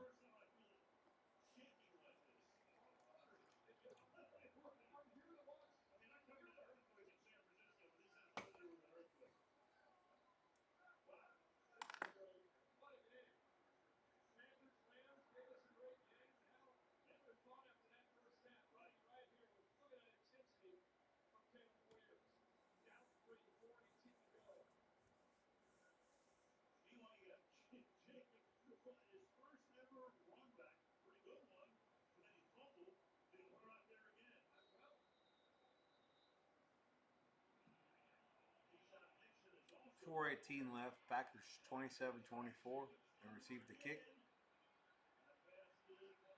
Jacobs is back there again to get it. After the fumble, he's back there again. The 31 or 32 is where Green Bay's going to start. They're up by 3. The Bears have all 3 of their timeouts left. So does Green Bay. So we'll see what plays itself out. Game flew over. It flew over my live bets. So I'm losers on both those. Nothing to do here live. I mean, it is what it is. Pinnacle has 51.5 over 235. I almost like to want to go under that. Like in what world? I mean, there's a good chance that the Green Bay get a few first downs and that's it. Nothing to it. Running trips right after the motion right for the Packers. They have the back offset to the left now for the motion. Love fires it to 11.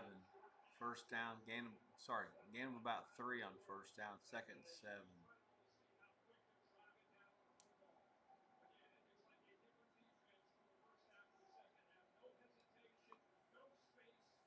Clock will go inside of 3:30 before the next snap.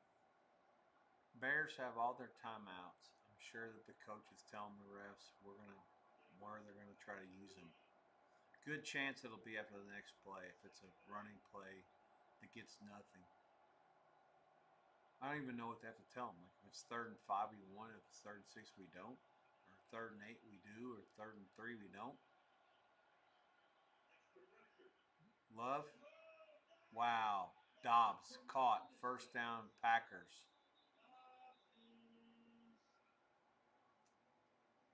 Big play. 3:20 to go. Out of bounds. Green Bay at the Chicago 33. What a fucking monster.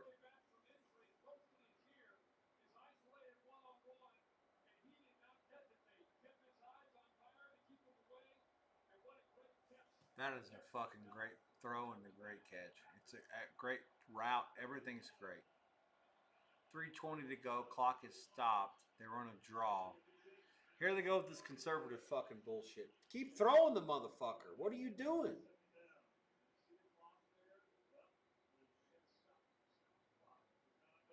The Bears call their first timeout at 3:14. They may reset that a little bit. 27-24, Packers lead it.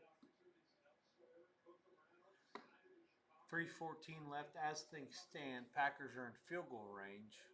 I'm not sure what they're going to try to do. The live price is non-existent. To be honest, I'm not blaming them. If I was dealing it, it would be like 5.5. No, 5.5 dog a jillion because of the fact that they get a couple first downs, the game's over. 4.5 dog a bunch. 3.5 dog a bunch. It's all the same shit. Here we go. Let's see, total 51.5. No, there's no line. All right, 3:16 left. Love gets it, fires, caught, first down. That's Golden at the 21, first down. Packers up 3. He's out of bounds again, which is the only problem with that play. The good news is that they moved the chains again.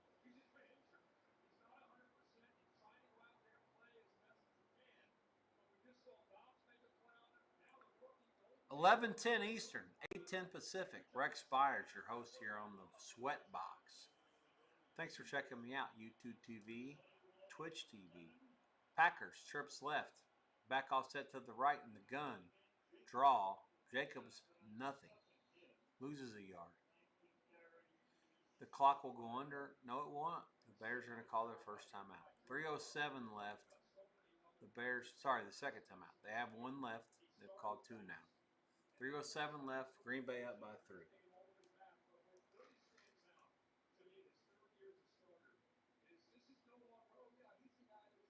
Hang tight for 30 seconds.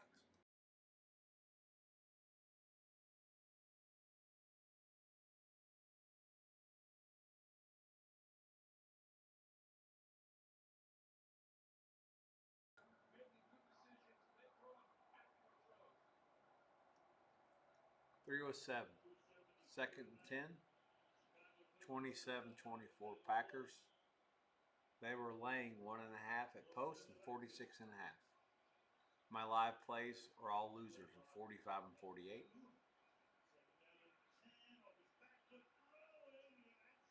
Wow. Love took a shot to the tight end in the end zone. Incomplete. 3:02 left. And now it's 3rd and 10. And the Bears were able to conserve a timeout here. They had a linebacker out there against him. Jesus Christ. Got to be a better throw. What the fuck is he fucking doing? This is why I don't like the Packers quarterback. That's not even any good. Like, half the quarterbacks in this league can make a throw that's better than that. Like, complete mismatch. That guy, that tight end's a fucking monster. And the Bears have some fucking 49 or whatever the fuck it was, some linebacker on him that can't cover him. Get out of here with this fucking bullshit. Now the Packers call timeout.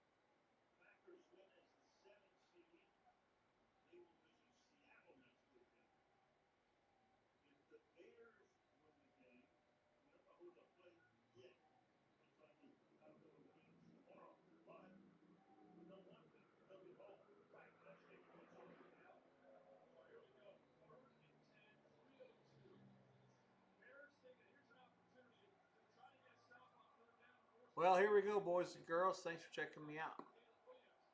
Rex Byers here on the Sweat Box with you.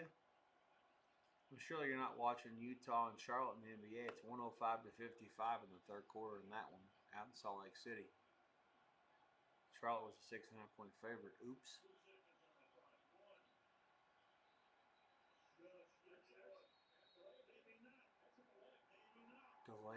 on the Packers.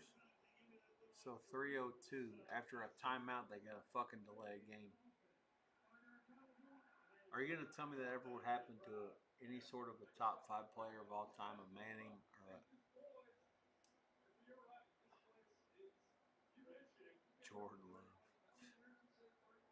Fucking get out of here. Brett Favre threw a bajillion interceptions, a record that'll never get broken. But he would never, ever let there be a delay game in a playoff game like this. Completely fucking a complete fiasco. 3rd and 15 at the 21. He's going for it all. Out of bounds, not even close. 4th and 15, 2:56 left. Packers are going to have to kick a field goal to go up by 6 and put themselves in position to lose.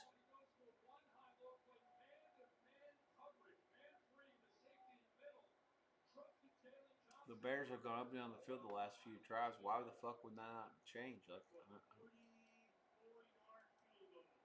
it's a 44-yarder from McManus.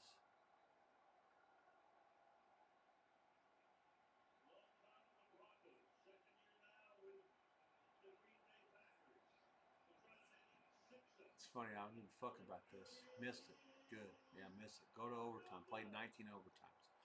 27-24. Packers lead. 2:51 to go. Bears ball.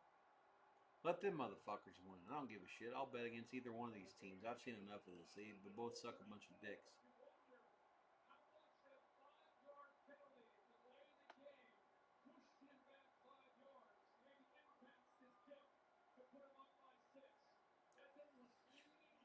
$2.51 left. I'm looking for live prices. They don't exist. That's tough because I would have one for sure. It's easy to put up something to be able to book. Like for me, it'd be Green Bay. Like pick $3 or some shit. Like something. Like how can there not be a line?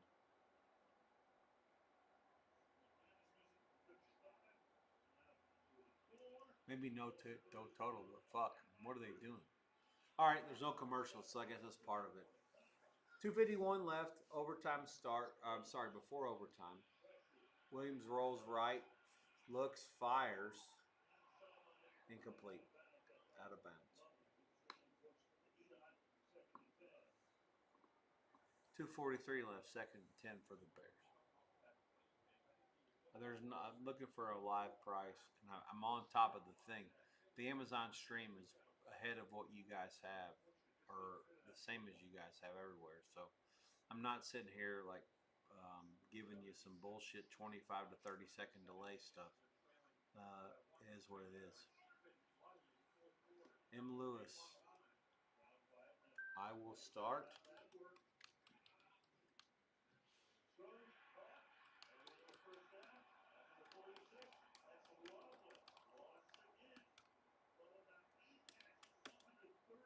Loveland, 8 for 137. Jesus fuck. First down, Bears.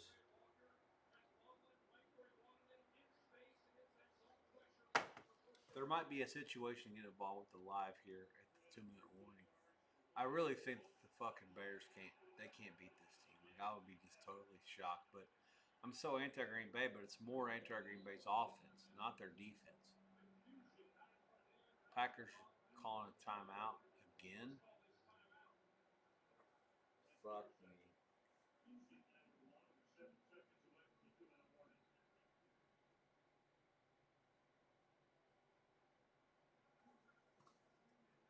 Hang on, let's see what we get here. I want Green Bay at a decent price. Give me a decent fucking price.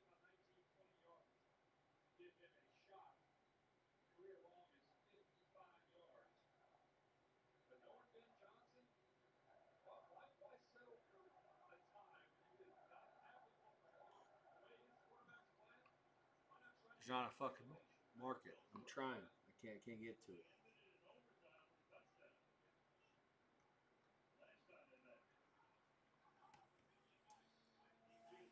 $2.08 left. Let's see if we can get one 2-minute warning.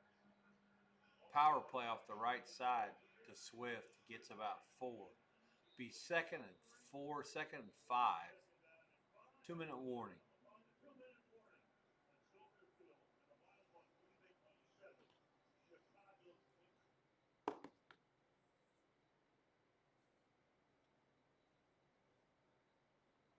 Hang tight.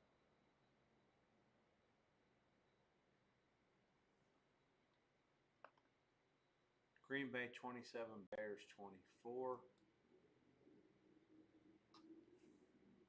The total bets are losers on under 45 and under 48.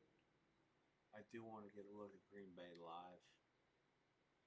I don't think the Bears are going to score. Could be wrong. We'll see.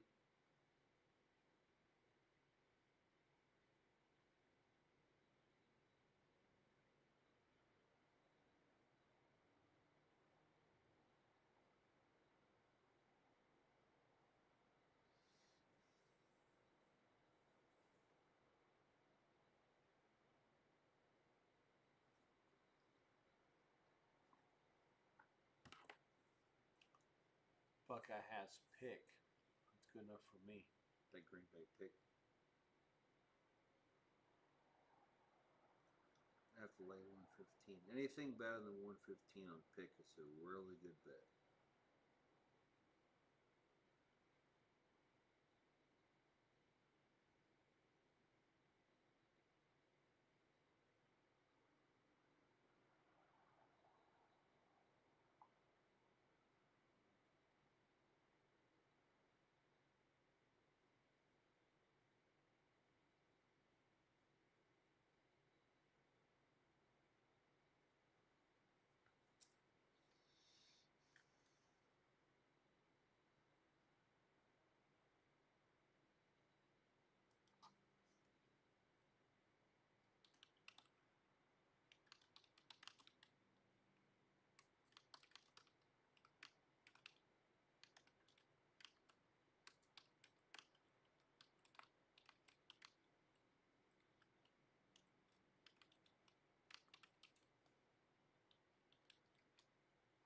All right, we're in. And it's been chatted to both. Packers pick 'em minus 15 or better. At the 2-minute warning, live up by 3. Medium play 2 units. Good luck to us. I don't think the Bears are going to score. How the fuck, man? I actually am happy to be involved with the game at some point. I got a better price now than I got before the game. I didn't want to lay anything. They were laying 1.5, 2. Now they're laying 2. Second 4 Bears at the 47 Green Bay. 2-minute warning. 3-man rush, 4-man rush. Williams rolls right, fires across the middle, incomplete.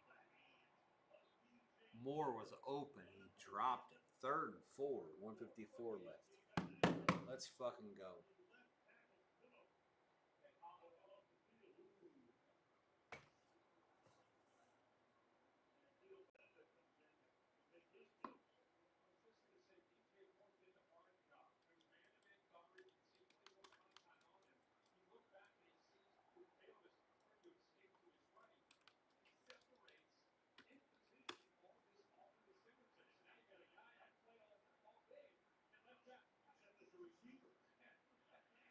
Ah, fuck sakes.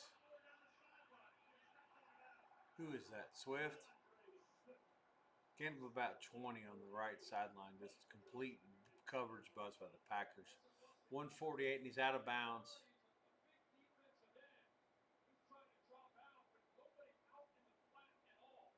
Fuck off.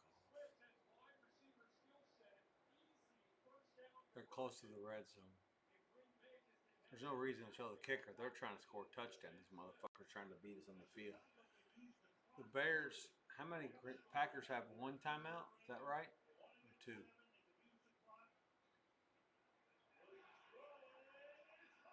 Wow. Touchdown Moore from Williams. First down. Bears have the lead. Great execution. The Packers totally bit on the play fake. The quarterback pumped short to the guy that was running the out. And, yeah, that's it. Thank God I didn't keep going for unders. 6 for 67 yards, 1:08 off the clock. Bears 30-27, 1:43 left. That's the good news is the Packers have all kinds of time. Santos' extra point's going to mean a lot. If he makes it, it means the Packers have to score a touchdown. It's good. 31-27 Bears. Well, I got this shit all wrong.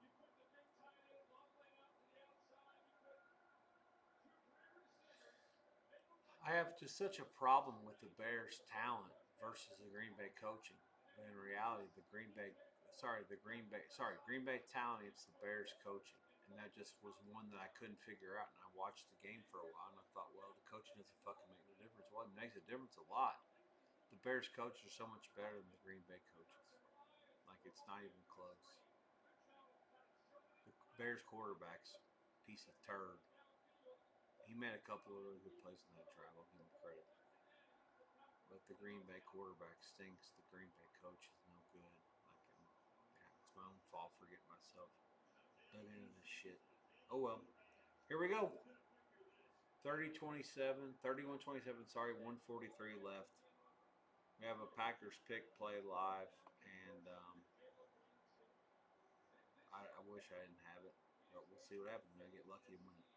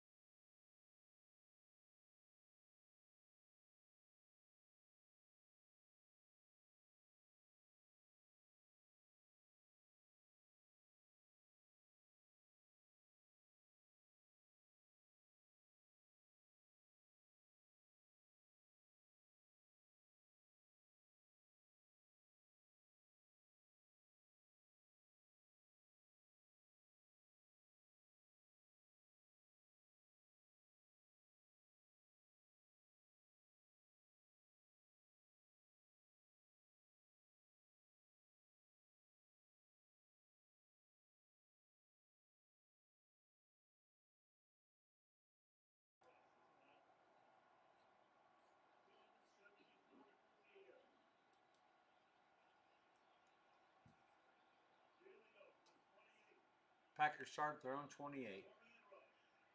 Love dumps it to his back, Jacobs. Give him like 4 yards. Clock will continue to move. They only have one timeout. 125 left. They're down 4. Timeouts do them no good. Field goals do them no good.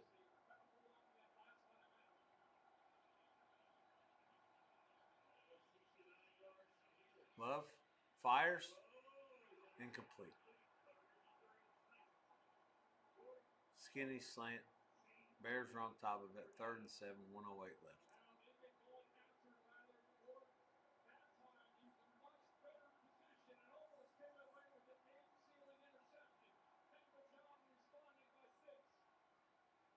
I'm not even like mad about this. I'm frustrated by the fact that the Packers could let this piece of shit team score this many fucking points in the second half. But I shouldn't be mad. Both these teams are fucking garbage and whatever. Just get what you get. My buddy, this is two bad team guy bets overs, and he's right. 4th and 7 after the pass to Dobbs on a quick slant, incomplete. It was short of the 6 to begin with. 105 left.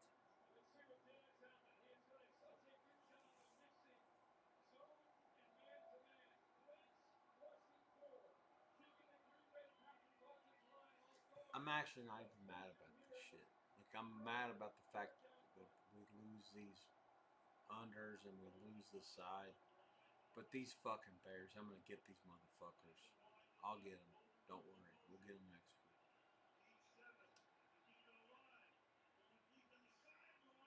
Caught. 1st down. Packers. That's golden for a gain of about 14 at the 1 minute mark. Yeah, that's good. That's good work. They motioned them out all the way to the left. It was a man coverage. They knew it. And they ran him on just a straight out route. Yep, good work. 1 minute exactly to go. 1st and 10, Packers down by 4. They're out near midfield at the 43. The fire is, the pass is caught and complete to 81. One of the tight ends, gain of about 6. 55 seconds left, down by 4. 31-27.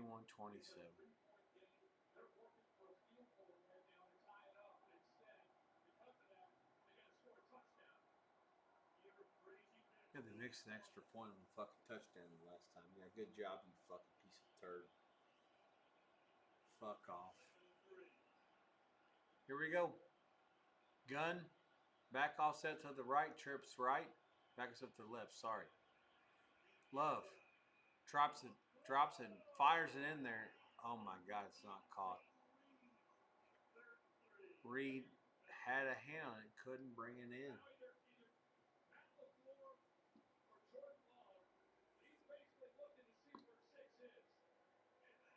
Oh my fucking goodness. They're firing it at 6 for the Bears, and he can't guard any of them. That was just a fucking drop. This guy's wide open. He fucking dropped it.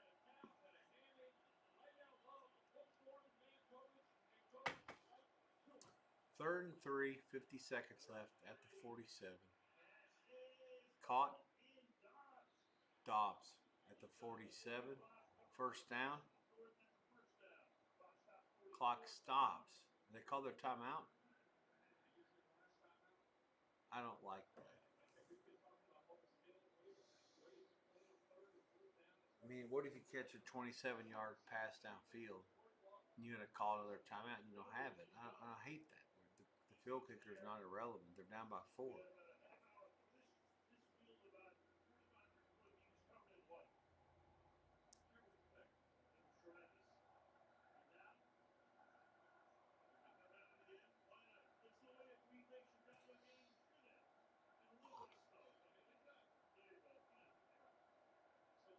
Here we go. 31-27 Bears. 44 seconds left. Green Bay has had Chicago with 43.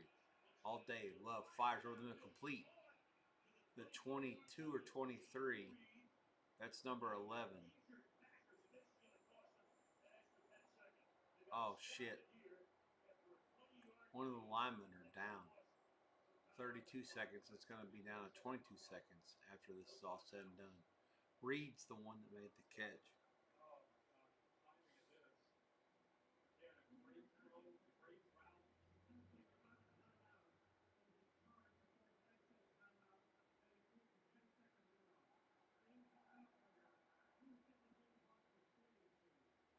.22 seconds left now for the Packers. Down by 4. From 32 to 22. First down. What the fuck are we doing here? These two fucking first games in the playoffs. The Rams were laying 10, 10 and a half, and the game fell 3. It was an absolute dogfight. Both teams led in the fourth quarter. It flew over. And now you got this one who flew over the total as well. And anything could happen in this fucking game. The Packers were up by like 17. They blew it all. Now they have a chance to win it still. This is fucking crazy.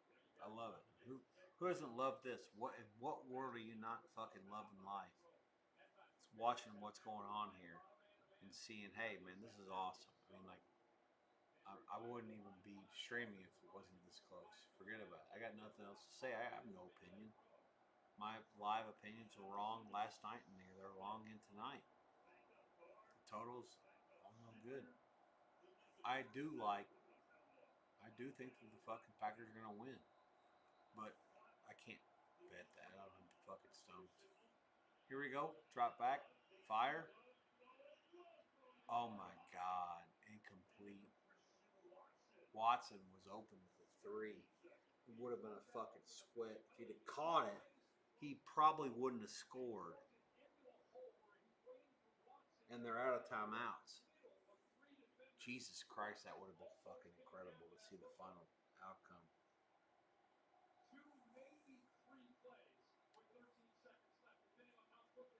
(31-27). Packers have it. 2nd and 10. 13 seconds left. They're out of timeouts. They have it at the Chicago 23.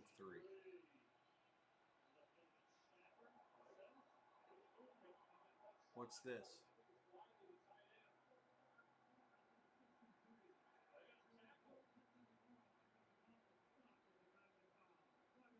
One of the tackles is false started. So it's 2nd and 15. 13 seconds left. They're back to the 28.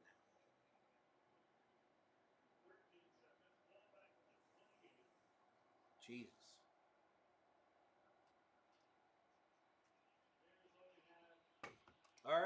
we go.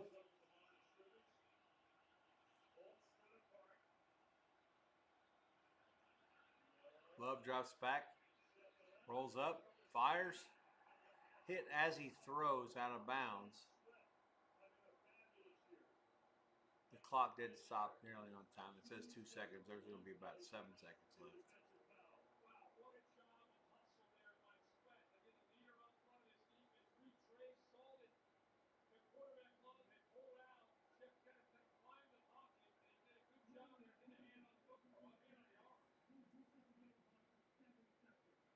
Seven seconds is correct. That's what I thought it was too.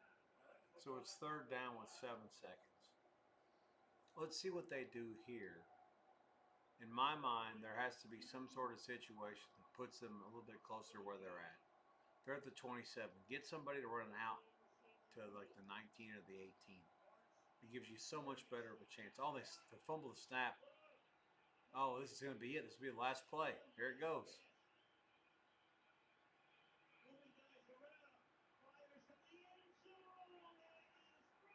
Incomplete. Bears win. 31-27 Bears. They move on. The game goes over. All my over shit in the live is a loser. And I cannot wait to bet against the Bears in the next round. Back to you, Mark. Be good. God bless. Take care. I'm here. I look forward to checking back in tomorrow for the triple header. I'll be here early for all this stuff. I have opinions on all 3 games. They're all the dogs. Dog, dog, dog. Carolina today was a winner. The Green Bay under today was a loser on the live stuff. But yeah, tomorrow it's all dogs all day long. Just see how it goes. These fucking Bears fans. I can't live there, but I would love to be there tonight. That would be a fun town to be in.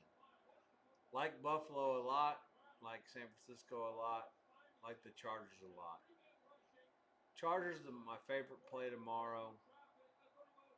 Frisco +6 is my second. I like Buffalo a little bit as a dog. They can't be a dog in Jacksonville. We'll see. I'll be around for all that shit. Let's fucking do it. Let's have a good time. I look forward to seeing you guys tomorrow. Thanks for checking me out here. My name is Rex Spires. I'm with you on the Sweatbox. God bless. Be well. Take care. Good luck.